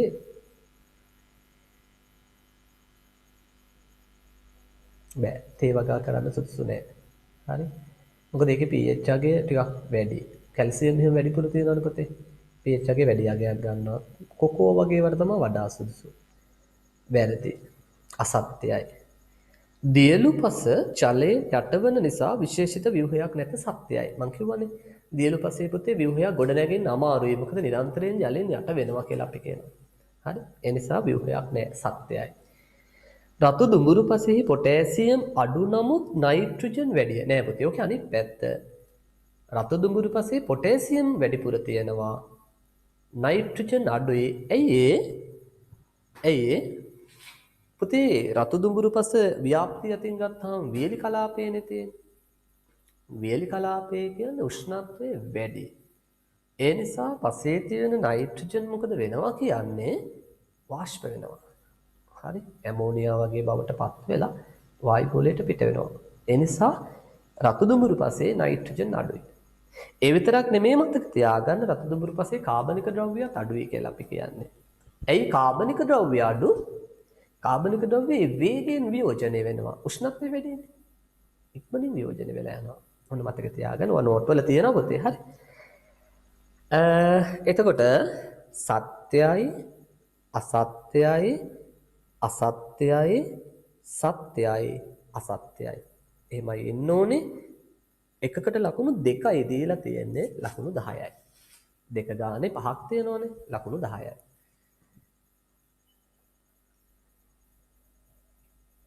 හරි නේද? රයිට් පුතේ C කොටසට යමු අපි. එක්තරා සිසු කණ්ඩායමක් පසක මහාජීවීන් පරීක්ෂා කරන ලදී. එවිටම පසේ ගැඩවිල් පණුවන් බහුලව සිටින බව හඳුනා ගන්නා ලදී. මෙම පස පිළිබඳ අසා ඇති ප්‍රශ්න වලට පිළිතුරු සපය. මොනුන්ද වැඩිපුර ඉන්නේ ගැඩවිල් පණුව. ඒක ඔළුවේ තියාන උත්තර බලන්න. මෙම පස සරු පසකි. යටින් ඉරක් ගහන්න සරු පසකි. මෙම පසෙහි ව්‍යුහය උසස්ය.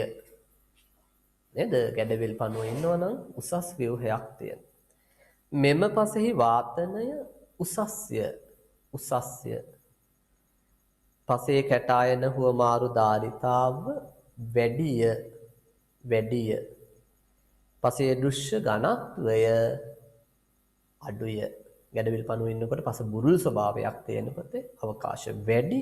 ඒ නිසා දෘශ්‍ය ඝනත්වය අඩුයි. පැහැදිලිද? right. ලකුණු එකකට දෙක ගානේ 10යි එතනත්. එකකට දෙක ගානේ 10යි. බලන්න පුතේ රෝමී ලක්ෂණ 2 පසක ගැඩවිල් පණුවන් විනාශ වීමට බලපාන හේතුවක් රසායනික පොහොර නැත්නම් කෘෂි රසායන පොදුවේ ලියන්න කෘෂි රසායන භාවිතය.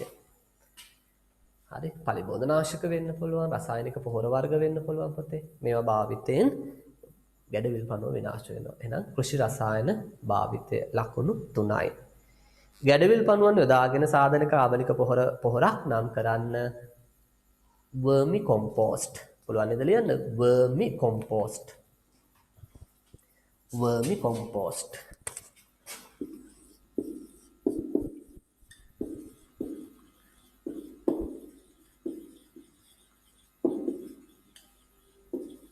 වර්මි කොම්පෝස්ට්.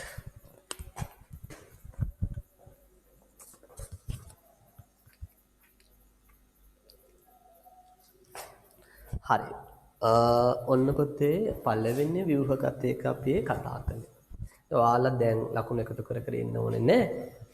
එකතු කරලා දාගන්න. පස්සේ ලකුණු 75න් තමයි පොතේ ව්‍යුහගතයකට දෙන්නේ. අපි දන්නවා දැන් අපි මේ කතා කරන්නේ 4 වෙනි පේපර් එක. ඊළඟට අපි යමු දෙවෙනි ප්‍රශ්නයට.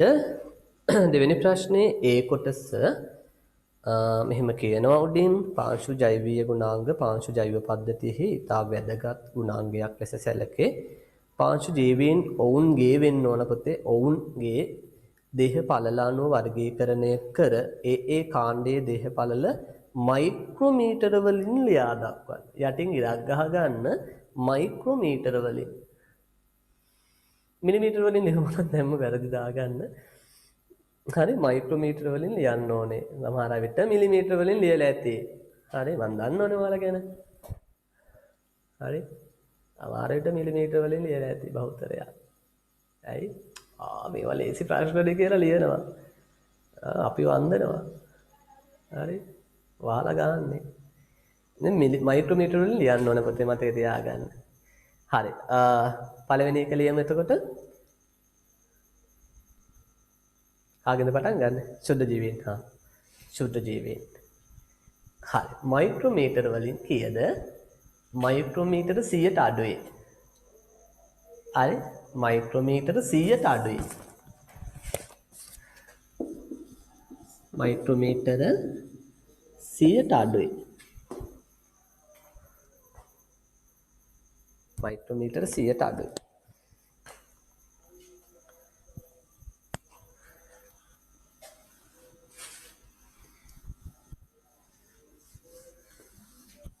හරිද?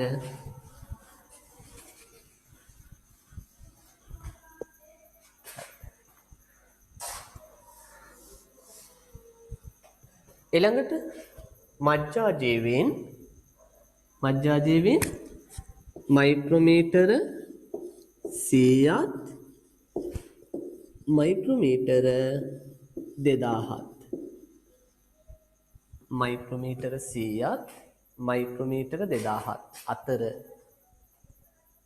100ත් 2000ත් අතර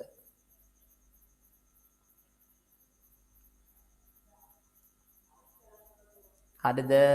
එනම් මහා ජීවීන් පොතේ මයික්‍රෝමීටර 2000ට වැඩි. මයික්‍රෝමීටර 2000ට වැඩි.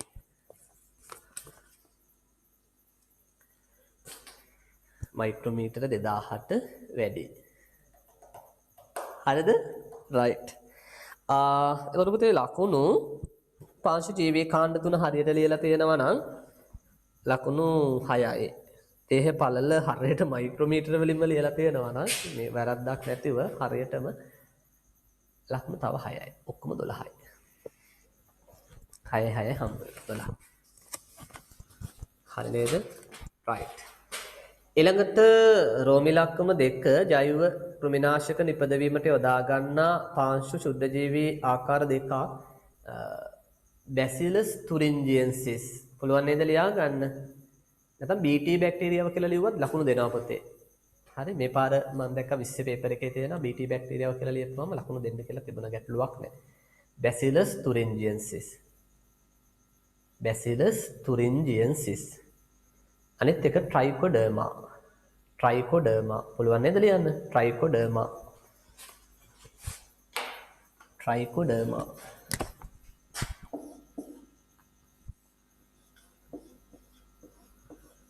ට්‍රයිකෝඩර්මා. අල්ලිවට පේන්නේ නැති ඒකයි ප්‍රශ්නේ වලට. මම අයින් වෙන්න ඕන පේන්නේ. ට්‍රයිකෝඩර්මා. හරි. බැසිලස් තුරින්ජියන්සිස් ලියා ගන්න පුළුවන් නේද? බැරිම නම් ඉතින් සිංහලෙන් හරි ලියන්න කමක් නැහැ බැසිලස් තුරින්ජියන්සිස් කියලා. හරි පුතේ. ඊළඟට බලන්න රෝම ඉලක්කම 3 පාංශු ජීවීන් පාංශු ජෛව පද්ධතිය තුළ ඉටු කරන වැදගත් කාර්යයක් ලෙස පෝෂක චක්‍රීකරණය දැක්විය හැකිය. හරි.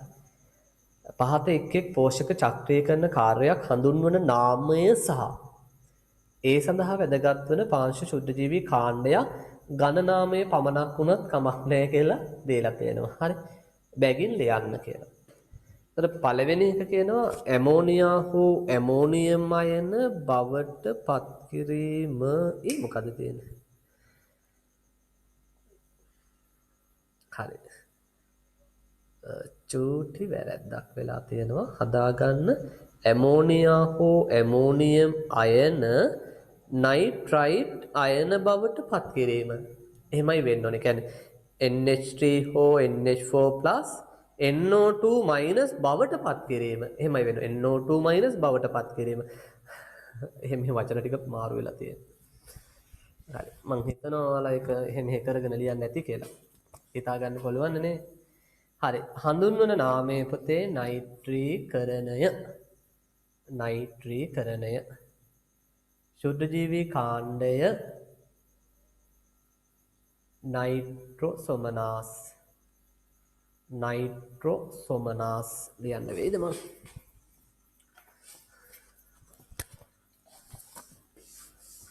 මම ලියනව පේනවද දන්නේ ඔයාලටනේ?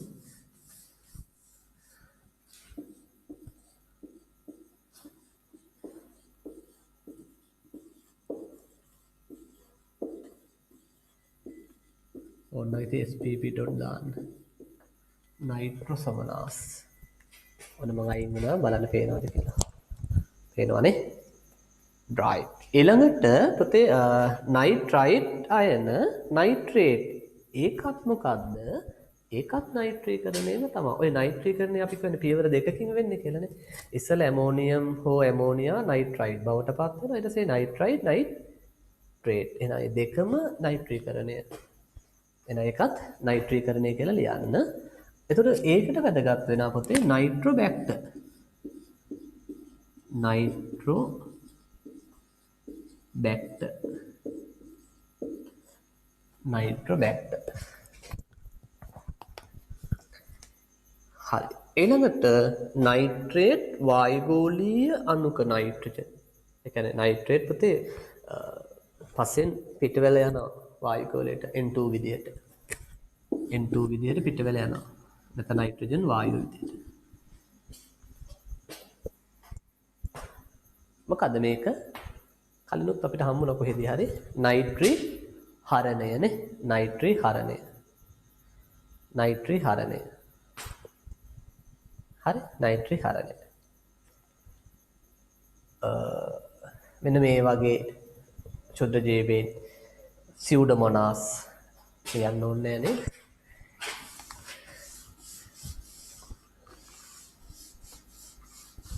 සියුඩෝමොනාස්.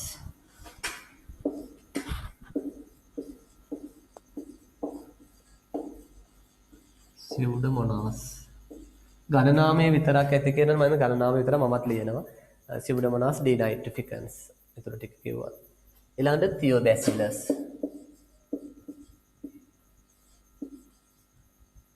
තියෝබැසිලස්. හරි. ඔය දෙක එකක් ලියන්නකෝ. තියෝබැසිලස්. ඊළඟට වායුගෝලීය අණුක නයිට්‍රජන් පසේ ඇමෝනිය සංයෝගික වෙන හපව් වායුගෝලයේ තියෙන නයිට්‍රජන් පුතේ පසට එකතු වෙනවා. ඒකට කියන්නේ නයිට්‍රජන් තිර කිරීම. නයිට්‍රජන් තිර කිරීම හඳුන්වන නාමය නයිට්‍රජන් තිර කිරීම. නයිට්‍රජන් තිර කිරීම. සුද්ධ ජීවිකාණ්ඩ රයිසෝබියම්, ක්ලොස්ට්‍රිඩියම්, ඇසටෝබැක්ටර්. හරි ඒ වගේ ඒවා. හරි නේද? ගැටලුවක් නෑ. ලේසි ප්‍රශ්නයක්. මතක තියෙනවා නම් හරි ලේසි ප්‍රශ්නයක්. මතක තියෙනවා නම් ඉතින් මතක නැත්තම් කොහොමද ලියන්න බෑනේ නේ. මෙහෙමයි පුතේ ලකුණු. ඔය එක හිස් තැනකට 4යි නෑ. අනේ අපේ එක හිස් තැනකට ලකුණු 2යි. හරි එක හිස් තැනකට ලකුණු 2යි. හරි. ඒතර ඔක්කොම 2යි 2යි 2යි එක පැත්තකට 8යි අනිත් පැත්තට 8යි 16ක් හම්බ වෙනවා. ලකුණු 16ක් හම්බ වෙනවා. right ඒ කොටස නේද කතා කළේ. ඊළඟ B කොටසට යමු අපි ඉක්මනට. විද්‍යුත් සන්නායකතාව පිළිබඳ අදහස් ලබා ගැනීමට වැදගත් වන පාංශු භෞතික ගුණාංගයක් ලෙස විද්‍යුත් සන්නායකතාව රැක්විය හැක. වැරදි පුතේ ප්‍රකාශය චුට්ටක් හදාගන්න.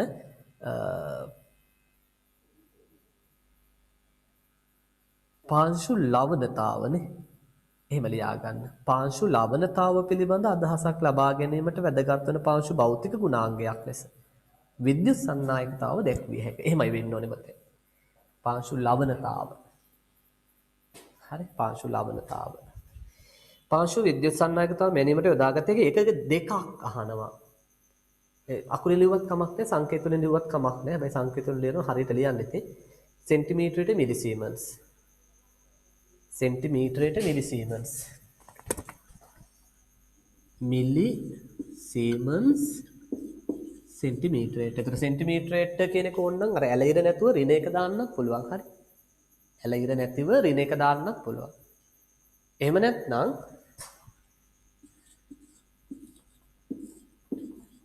මීටරයට ඩෙසිසීමන්ස්.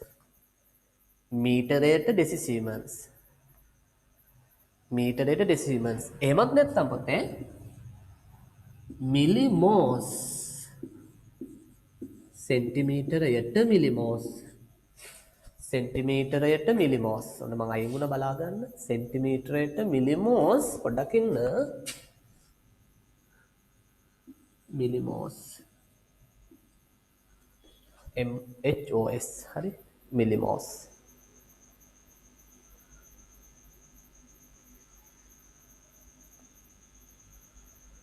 ඉතින් සංකේත මතක නැත්නම් අකුරෙන් හරි ලියන්න කමක් නැහැ. සෙන්ටිමීටරයට මිලිසීමන්ස්. මීටරයට ඩෙසිසීමන්ස්. සෙන්ටිමීටරයට මිලිමෝස්. අකුරෙන් හරි ලියන්න. වචනෙන් හරි ලියන්න. නොලියා ඉන්න එපා හරි.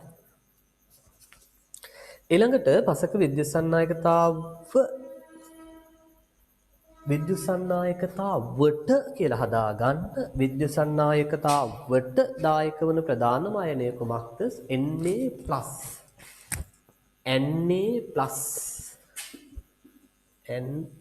Na+. සෝඩියම් ධන.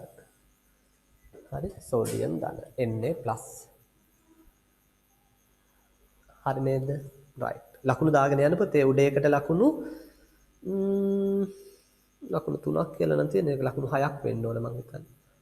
ඒ ලකුණු 6ක් කරගන්න. පොතේ වැඩි වුණත් කමන්නේ. ලකුණු 6ක් දාගන්න. දැන් ඒකට ලකුණු 2යි ඈ. ශාරීය පසකට වඩා ලවණ පසක විද්‍යුත් සන්නායකතාව වැඩි වීමට හේතුව ලියා දක්වන්න. මම කලින් පැහැදිලි කළා පුතේ මේ කතන්දරය. මෙහෙම ලියවිලා තියෙන්න ඕන.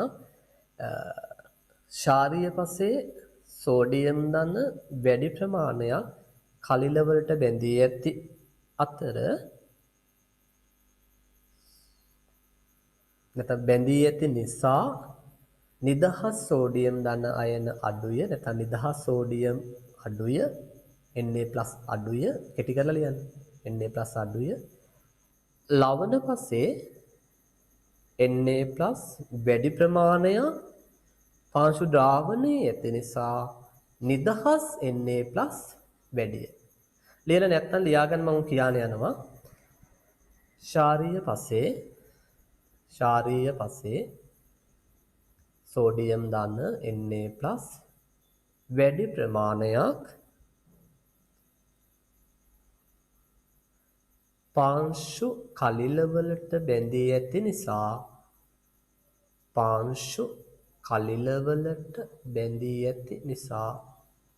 නිදහස් Na+ අඩුය නිදහස් සෝඩියම් ධන Na+ අඩුය ලවණ පසේ වැඩි Na+ ප්‍රමාණයක්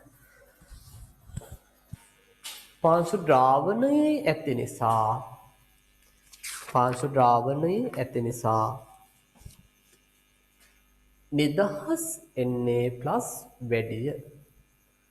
නිදහස් Na+ වැඩිය කවුරු හරි සරලව ඉතින් ලියලා තියෙනවා නම් ශාරීය පසේ නිදහස් Na+ වලට වඩා ලවණ පසේ නිදහස් Na+ වැඩි කියලා කමක් නෑ දෙන්න. ශාරීය පසේ නිදහස් සෝඩියම් ධනායන වලට වඩා ලවණ පසේ නිදහස් සෝඩියම් ධනායන වැඩි කියලා ලියලා තියෙනවා නම් කමක් නෑ දෙන්න පුතේ. ලකුණු 6ක් ටිකක් ලොකු විස්තරයක් තිබුණානේ. දැන් ලකුණු 6ක් දීලා තියෙනවා මම. right. පුතේ අපි C කොටසට යමු. ඉක්මනට බලමු. මම කෙලින්ම ප්‍රශ්නෙට එන්නද? පාංශු දෘශ්‍ය ඝනත්වය යන අර්ථ දක්වන්න. මෙහෙම ලියන්න. මෙහෙම ලියුවොත් ප්‍රමාණවත් ලකුණු දෙනවා පුතේ. පාංශු ඝන ද්‍රව්‍යයන්ගේ ස්කන්ධය පසේ මුළු පරිමාවට දරන අනුපාතය. පාංශු ඝන ද්‍රව්‍යයන්ගේ ස්කන්ධය පසේ මුළු පරිමාවට දරන අනුපාතය. එහෙම නැත්නම් මෙහෙමත් ලියන්න පුළුවන්. පසේ ස්වභාවික ව්‍යුහයේ ලෙසින්ම ඇති විට පාංශු ඝන ද්‍රව්‍යයන්ගේ ස්කන්ධය පසේ මුළු පරිමාවට දරන අනුපාතය. නමුත් 2019 හෝ 18 මාකින් එකේදී ඔය පසේ ස්වභාවික ව්‍යුහය කියන කැලල අර්ථ දැක්වීම දාන්නේ නැතුව මාකින් එකේ දීලා තිබුණා. ඒක නිසා අපිට ගැටලුවක් නෑ. ඒ කැලල නැතු වුණා ලියන්න පුළුවන්. හරි. හැබැයි අනිවාර්යයෙන් මේක මෙහෙම ලියවෙන්න ඕන. පාංශු ඝන ද්‍රව්‍යයන්ගේ ස්කන්ධය පසේ මුළු පරිමාවට ඒක අනිවාර්යෙන් තියෙන්න ඕන. මුළු පරිමාව කියන එක අනිවාර්යෙන් තියෙන්න ඕන. නැත්නම් වැරදි ඈ. මුළු පරිමාවට කියන එක අනිවාර්යෙන්ම තියෙන්න ඕන. හරි. පොතේ ලකුණු 3යි. පාංශු දෘශ්‍ය ඝනත්වයේ සෙවීමට යොදා ගන්නා පරීක්ෂණයක් නම් කරන්න. මෙන්න මේ නම් වලින් ලියන්න පුළුවන්. කෝසාම්පල ක්‍රමය. කෝසාම්පල ක්‍රමය. හරි. CORA කෝසාම්පල ක්‍රමය. කෝ කියන්නේ හර කියන අදහසක් අපි කියනවා. හර නියැදි ක්‍රමය. එහෙම කියන්නත් පුළුවන්. එහෙම නැත්නම් මේකට කියනවා අපි ගැල්වනයිස් බට ක්‍රමය පුතේ. ගැල්වනයිස් බට ක්‍රමය. ගැල්වනයිස් බට ක්‍රමය. හරි. ගැල්වනයිස් බට ක්‍රමය. එහෙම නැත්නම් මෙහෙම කියන්නත් පුළුවන්. යම් නිශ්චිත පස් පරිමාවක ස්කන්ධය මැනීම. එහෙමත් කියන්න පුළුවන්. යම් නිශ්චිත පස් පරිමාවක ස්කන්ධය මැනීම. ලකුණු 3යි නේද? ලකුණු 3. right. එහා පැත්තට එන්නකද? පාංශු දෘශ්‍ය ඝනත්වයේ මත රඳා පවතින පාංශු ලක්ෂණ දෙකක්. මෙන්න මේ වගේ ඒවා. පාංශු වාතනය. හරි. පාංශු වාතනය. ඊට පස්සේ පාංශු ප්‍රතික්‍රියාව. හරි. පාංශු වාතනය. පාංශු ප්‍රතික්‍රියාව නෙමෙයි. පාංශු ප්‍රතිරෝධය. පාංශු ප්‍රතිරෝධය.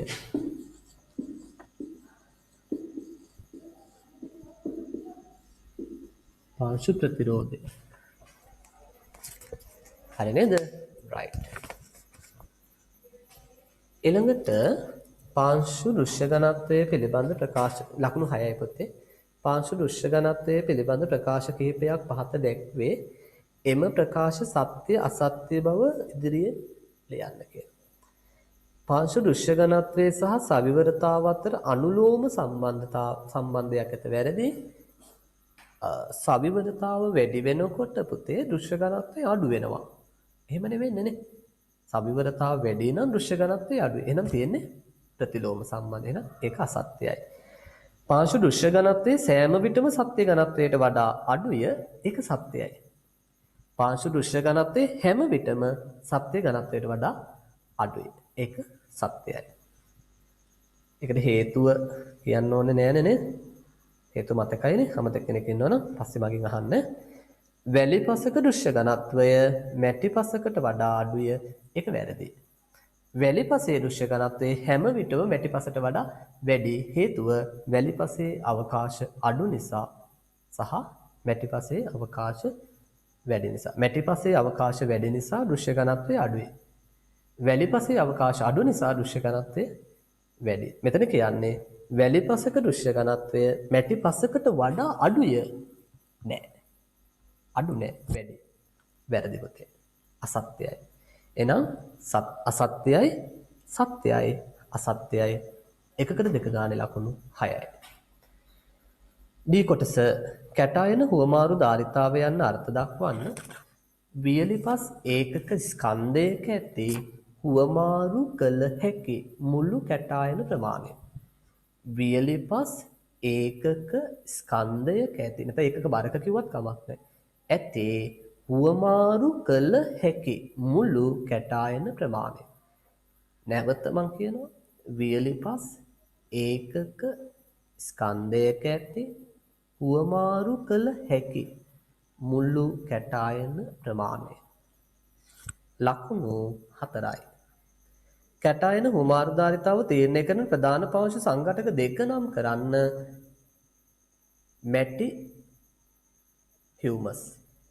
මැටි හියුමස් වෙනුවට කාබනික ද්‍රව්‍ය ලියලා තියෙනවා නම් කමක් නෑ දෙන්න.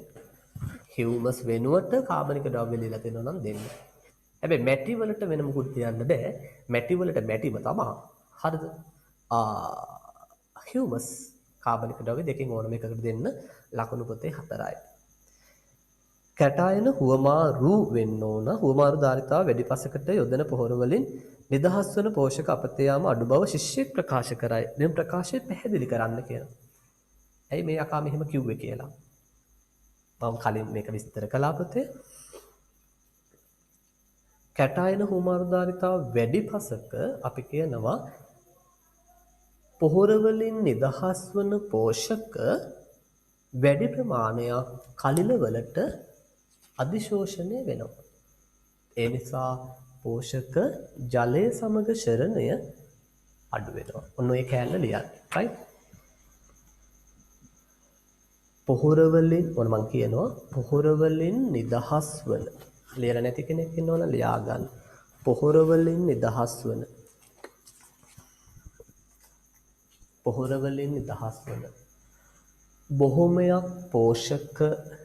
බොහොමයක් පෝෂක කැටායන කියන්න පුතේ ධනායන කැටායන වන අතර බොහොමයක් පෝෂක කැටායන වන අතර ඒවා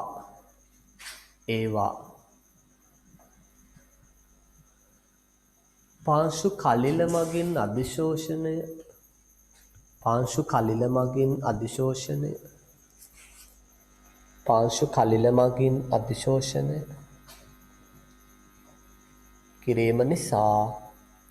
අධිශෝෂණය කිරීම නිසා ජලය සමග පහළට ශරණය වීම අවම වේ. ජලය සමග පහළට ශරණය වීම අවම වේ. පැහැදිලි නේද? ඔය අදහස් දැන් ඔය මම දුන්න විදිහනේ. හැබැයි මෙහෙමයි මම දුන්න විදිහ ඔයාලා දුන්න විදිහ කියලා අදහස වෙනසක් වෙන්න බෑ. ඔය අදහස එන්න ලියලා තියෙන්න ඕන. හරි? එතකොට මෙහෙම සමහරට මෙහෙම ලියන්නත් පුළුවන්. කැටායන හුවමාරු ධාරිතාව වැඩි පසක කලිල වැඩිය. කියලා කෑලි කලිල වැඩිය. හරි? මේ නිසා පෝෂක පොහොර වලින් නිදහස් වන පෝෂක වැඩි ප්‍රමාණයක් කලිල මගින් අධිශෝෂණය කරයි. ඒ කෑල්ල ලියලා තිබුණත් ඇති දෙන්න. හරි. මං කියන එක තේරෙනව නේද? ඒ අයිඩියා එකේ අදහස ගැබ් වෙලා තියෙනවා නම් ඔයාලගේ උත්තරය තුල ඔයාලට ලකුණු දෙන්න පුළුවන්. හැබැයි අර වචන තියෙන්න ඕන පුතේ කලිල වචන ඒවා තියෙන කලිල වලට ඒ කැටායන නැත්නම් පෝෂක අධිශෝෂණය කරා. ඒ වචන ටික තියෙන්න ඕන. ඒ නිසා පහළට ශරණය වීම අවම වේ. ඒ වචන ටික ලියවෙන්න ඕන. පැහැදිලි නේද? හරි. ඔන්න පුතේ විභගත එකත් අපි කතා කළා. බහුවර්ණ ටික ඉවර කළා, විභගත එක ඉවර කළා. රචනා ප්‍රශ්න අමාරු මොන හරි තිබුණද? පළවෙනි ප්‍රශ්නේ අමාරු නෑනේ. ඒ පස් කාණ්ඩ පිළිබඳව කෙටි විස්තර කිරීමක් කරන්න. ඒකට ලක්ෂණ හැම එකකටම ලක්ෂණ 3ක් 4ක් විතර වගේ හැම එකටම ලියන්න. පාංශු කාණ්ඩ පිළිබඳව අයකත් කෙලිම අපේ නෝට් එකේ උත්තර තියෙනවනේ. පස් කාණ්ඩ පිළිබඳ අධ්‍යයනයේ වැදගත්කම පාංශු ශුද්ධ ජීවීන්ගේ වැදගත්කම් පුළුවන් නේ. ගැටලුවක් නෑනේ. ඊළඟට පාංශු ජෛව පද්ධති කෙරෙහි පාංශු pH ගේ බලපෑම දක්වා පාංශු pH ගේ නිවැරදි කිරීමට ගත හැකි ක්‍රියාව. මෙතන මතක තියාගන්න දැන් pH ගේ බලපෑම් ටිකක් ලියන්න. බලපෑම් 5ක් විතර වගේ ලියන්න. බලපෑම් දක්වා කියලා කියන්නේ ඒක විස්තර කරන්න අවශ්‍ය වෙන්නේ නැහැ පුතේ. බලපෑම් ටික ලියන්න. විස්තර කරන්න ඕනේ නැහැ. ඊළඟට pH ගේ නිවැරදි කිරීම. එතන ඔයාලා පැහැදිලිව වෙන වෙනම ලියන්න ඕන. ආම්ලිකතාව නිවැරදි කරන්නේ කොහොමද? ලවණතාව ඉවත් කරන්නේ කොහොමද? ඊළඟට ශාරීරිකතාව ඉවත් කරන්නේ කොහොමද? අවස්ථා තුනම වෙන වෙනම ලියන්න ඕන පොතේ. ඒ තුනට වෙන වෙනම ලකුණු දෙනවා. හරි? ඒතර ශාරීරිකතාව ඉවත් ආම්ලිකතාව ඉවත් කිරීම කියලා අර හුණු මේටව එකතු කරනවා කියලා උදාහරණ ඔක්කොම ලියන්න ඕනේ නේ. උදාහරණ දෙකක් විතර ලියන්න. හරි? ඊළඟට ලවණතාව ඉවත් කිරීමේ ඒ ක්‍රම තුනම ලියනවා නම් වඩා හොඳයි. අඩුම ක්‍රම දෙකක්වත් ලියන්න. ශාරීරිකතාවට එක ක්‍රමයක්නේ තියෙන්නේ නේද? පසට ජිප්සම් එකතු කරලා පස ජලයෙන් සම්තෘප්ත කරන එකනේ කරන්නේ අපිනේ. ඒක ලියන්න. ඊළඟට පාංශු ආම්ලිකතාව ඇති වෙන බලපාන සාධක කෙලිම නෝට් එකේ උත්තරේ තියෙනවනේ නේ. ඒක ලියන්න බැරි කමක් නෑ ඔයාලට. පසක ලවණතාව හා ශාරීරිකතාව වර්ධනය එකත් කෙලිම නෝට් එකේ තියෙනවා. අර අමාරු ප්‍රශ්න නෑ. සාමාන්‍යයෙන් ඔයාලට මේ පාඩම් කරලා අර ලියලා නැවත මතක් කරගන්න අවස්ථාවක් තමයි දීලා තියෙන්නේ. එහෙම ගොඩාක් අමාරු කරලා නිකන් හිතලා ලියන්න පුළුවන් විදිය ප්‍රශ්නයක් මේක ඇතුලේ කිසිවක් දාලා නෑ. පැහැදිලිනේ? ඒ උත්තර ලියන්න ලියලා දුන්නාම මම හිමීට මේ ටික නිවැරදි කරලා බලලා දෙන්න. දැන් කීප දෙනෙක් මට දීලා තියෙනවා. මම මේ දවස්වල බලාගෙන යනවා.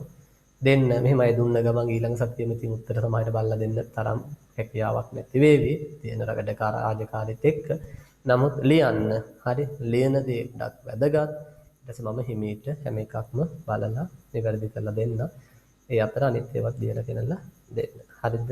රයිට් පුතේ. එහෙනම් ඔන්න අපි හතරවෙනි පේපර් එක කතා කරලා ඉවර කළා. ඒකට දැන්ට අපි ඔයාලා ගාව තියෙන පේපර්ස් ටික ඔක්කොම සාකච්ඡා කරලා ඉවරයි. එතකොට මම අර කලින් ඔයාලා දැනුවත් කළා වගේ ඔයාලා හැමෝම පේපර් ගන්න. ඉතින් ඒක කියන්නම් ඔයාලට පේපර් එක ගන්නකොට පළවෙනි පේපර් එක ගන්නකොටම ඔයාලට සිද්ධ වේවි පුතේ රුපියල් 600 ගෙවන්න. ඉතින් 600 ගෙවලා පේපර් එක ගන්න මහ ලොකු ගාණක් නෙමෙයිනේ. පොඩි ගාණක් නෙමෙයි හැමදාම කියනවා වගේ. මේ පේපර් එක ගන්නකොට මුදල ගෙවලා පේපර් එක ගන්න නැත්නම් පේපර්ස් දෙන්නේ නැති වෙයි ආයතනවලින්. ඒ වගේම ඉතින් මේ හැමදාම කියනවා වගේ මේ අපේ ඔන්ලයින් පේපර් ක්ලාස් එකට ඔයාලා දන්න තව ඔයාලගේ යාළුවෝ ඇතිනේ නේ. අපේ ක්ලාස් නොයන යාළුවෝ සමහරට යාළුවට තාම පේපර් ක්ලාස් එහෙම නෑ. මෙහෙම උනන්දුව තියෙන ළමයි ඇතිනේ ඔයාලා අතර. එයාලව සම්බන්ධ කරලා ගන්න පේපර් ක්ලාස් එකට හෝ අඩුම තරමේ තියරි ක්ලාස් වලට නැතත්. හරි. තව ළමයි ටිකක් අපිට සම්බන්ධ කරගන්න පුළුවන්. මොකද ගැටලුවක් නේ අපි මේක ඔන්ලයින් විදියෙන් කරන්නේ. ඒතකොට ළමයිට ගෙදර ඉඳලා පේපර් එකට සම්බන්ධ වෙන්න පුළුවන් ගැටලුවක් නැතිව. හැබැයි ඉතින් අර තියරි ක්ලාස් දෙන්නේ නැති කෙනෙක් සම්බන්ධ වෙනවා නම් මම ඔයාලට කිව්වා ඔයාලට වඩා යම් මුදලක් ඒ කියන්නේ ඔයාලට 600යි එයාලට අපි 1200ක් අය කරනවා. ඉතින් අද කාලේ හැටියට මේ වගේ නේද පේපර් එක දිහා බලපුවාට තේරෙනවනේ නේද සාමාන්‍ය මේ පොලියක ගහලා දුන්න නිකන් පේපර් එකක් කියන නමට ගහලා දුන්න පේපර් එකක් නෙමෙයිනේ නේද. හරි සැලකිය යුතු ප්‍රශ්න ප්‍රමාණයක් අන්තර්ගත කරලා ව්‍යුහගත ප්‍රශ්න අස්සන්ට ක්‍රමවත්ව හදලා තියෙනවනේ හැම එකක්ම නේ. ඉතින් ඒ වගේ පේපර් එකක් නේද සාමාන්‍යයෙන් ඉතින් මේ වගේ පේපර්ස් 4ක් මාසෙට දෙද්දි කොහොමත් ඉතින් ඔය කියන මුදල සහ ඊට පස්සේ ඉතින් හැමදාම මම කියන වගේ මේක මම මුදල් වැය කළා කාලය වැය කළා ඔයාලා වෙනුවෙන් සාකච්ඡා කරලා දෙනවානේ. ඒක නිසා ඉතින් මම හිතනවා ඒකේ වටිනාකමකින් ගත්තාම ඊට වඩා ගොඩක් වටිනවා. හරි. ඒක නිසා ලොකු මුදලක් නෙමෙයි ඕක. රුපියල් 600 කියලා කියන්නම් ඉතින් කොහොමත් ඕකට ලොකු මුදලක් නෙමෙයි. ඒක නිසා මේ අපේ තියරියද ළමයිටත් ඔයාලා තින් දැනුවත් කරන්න මට කියන්නත් බෑ. එයාලට සම්බන්ධ වෙන්න කියන්න. හරි.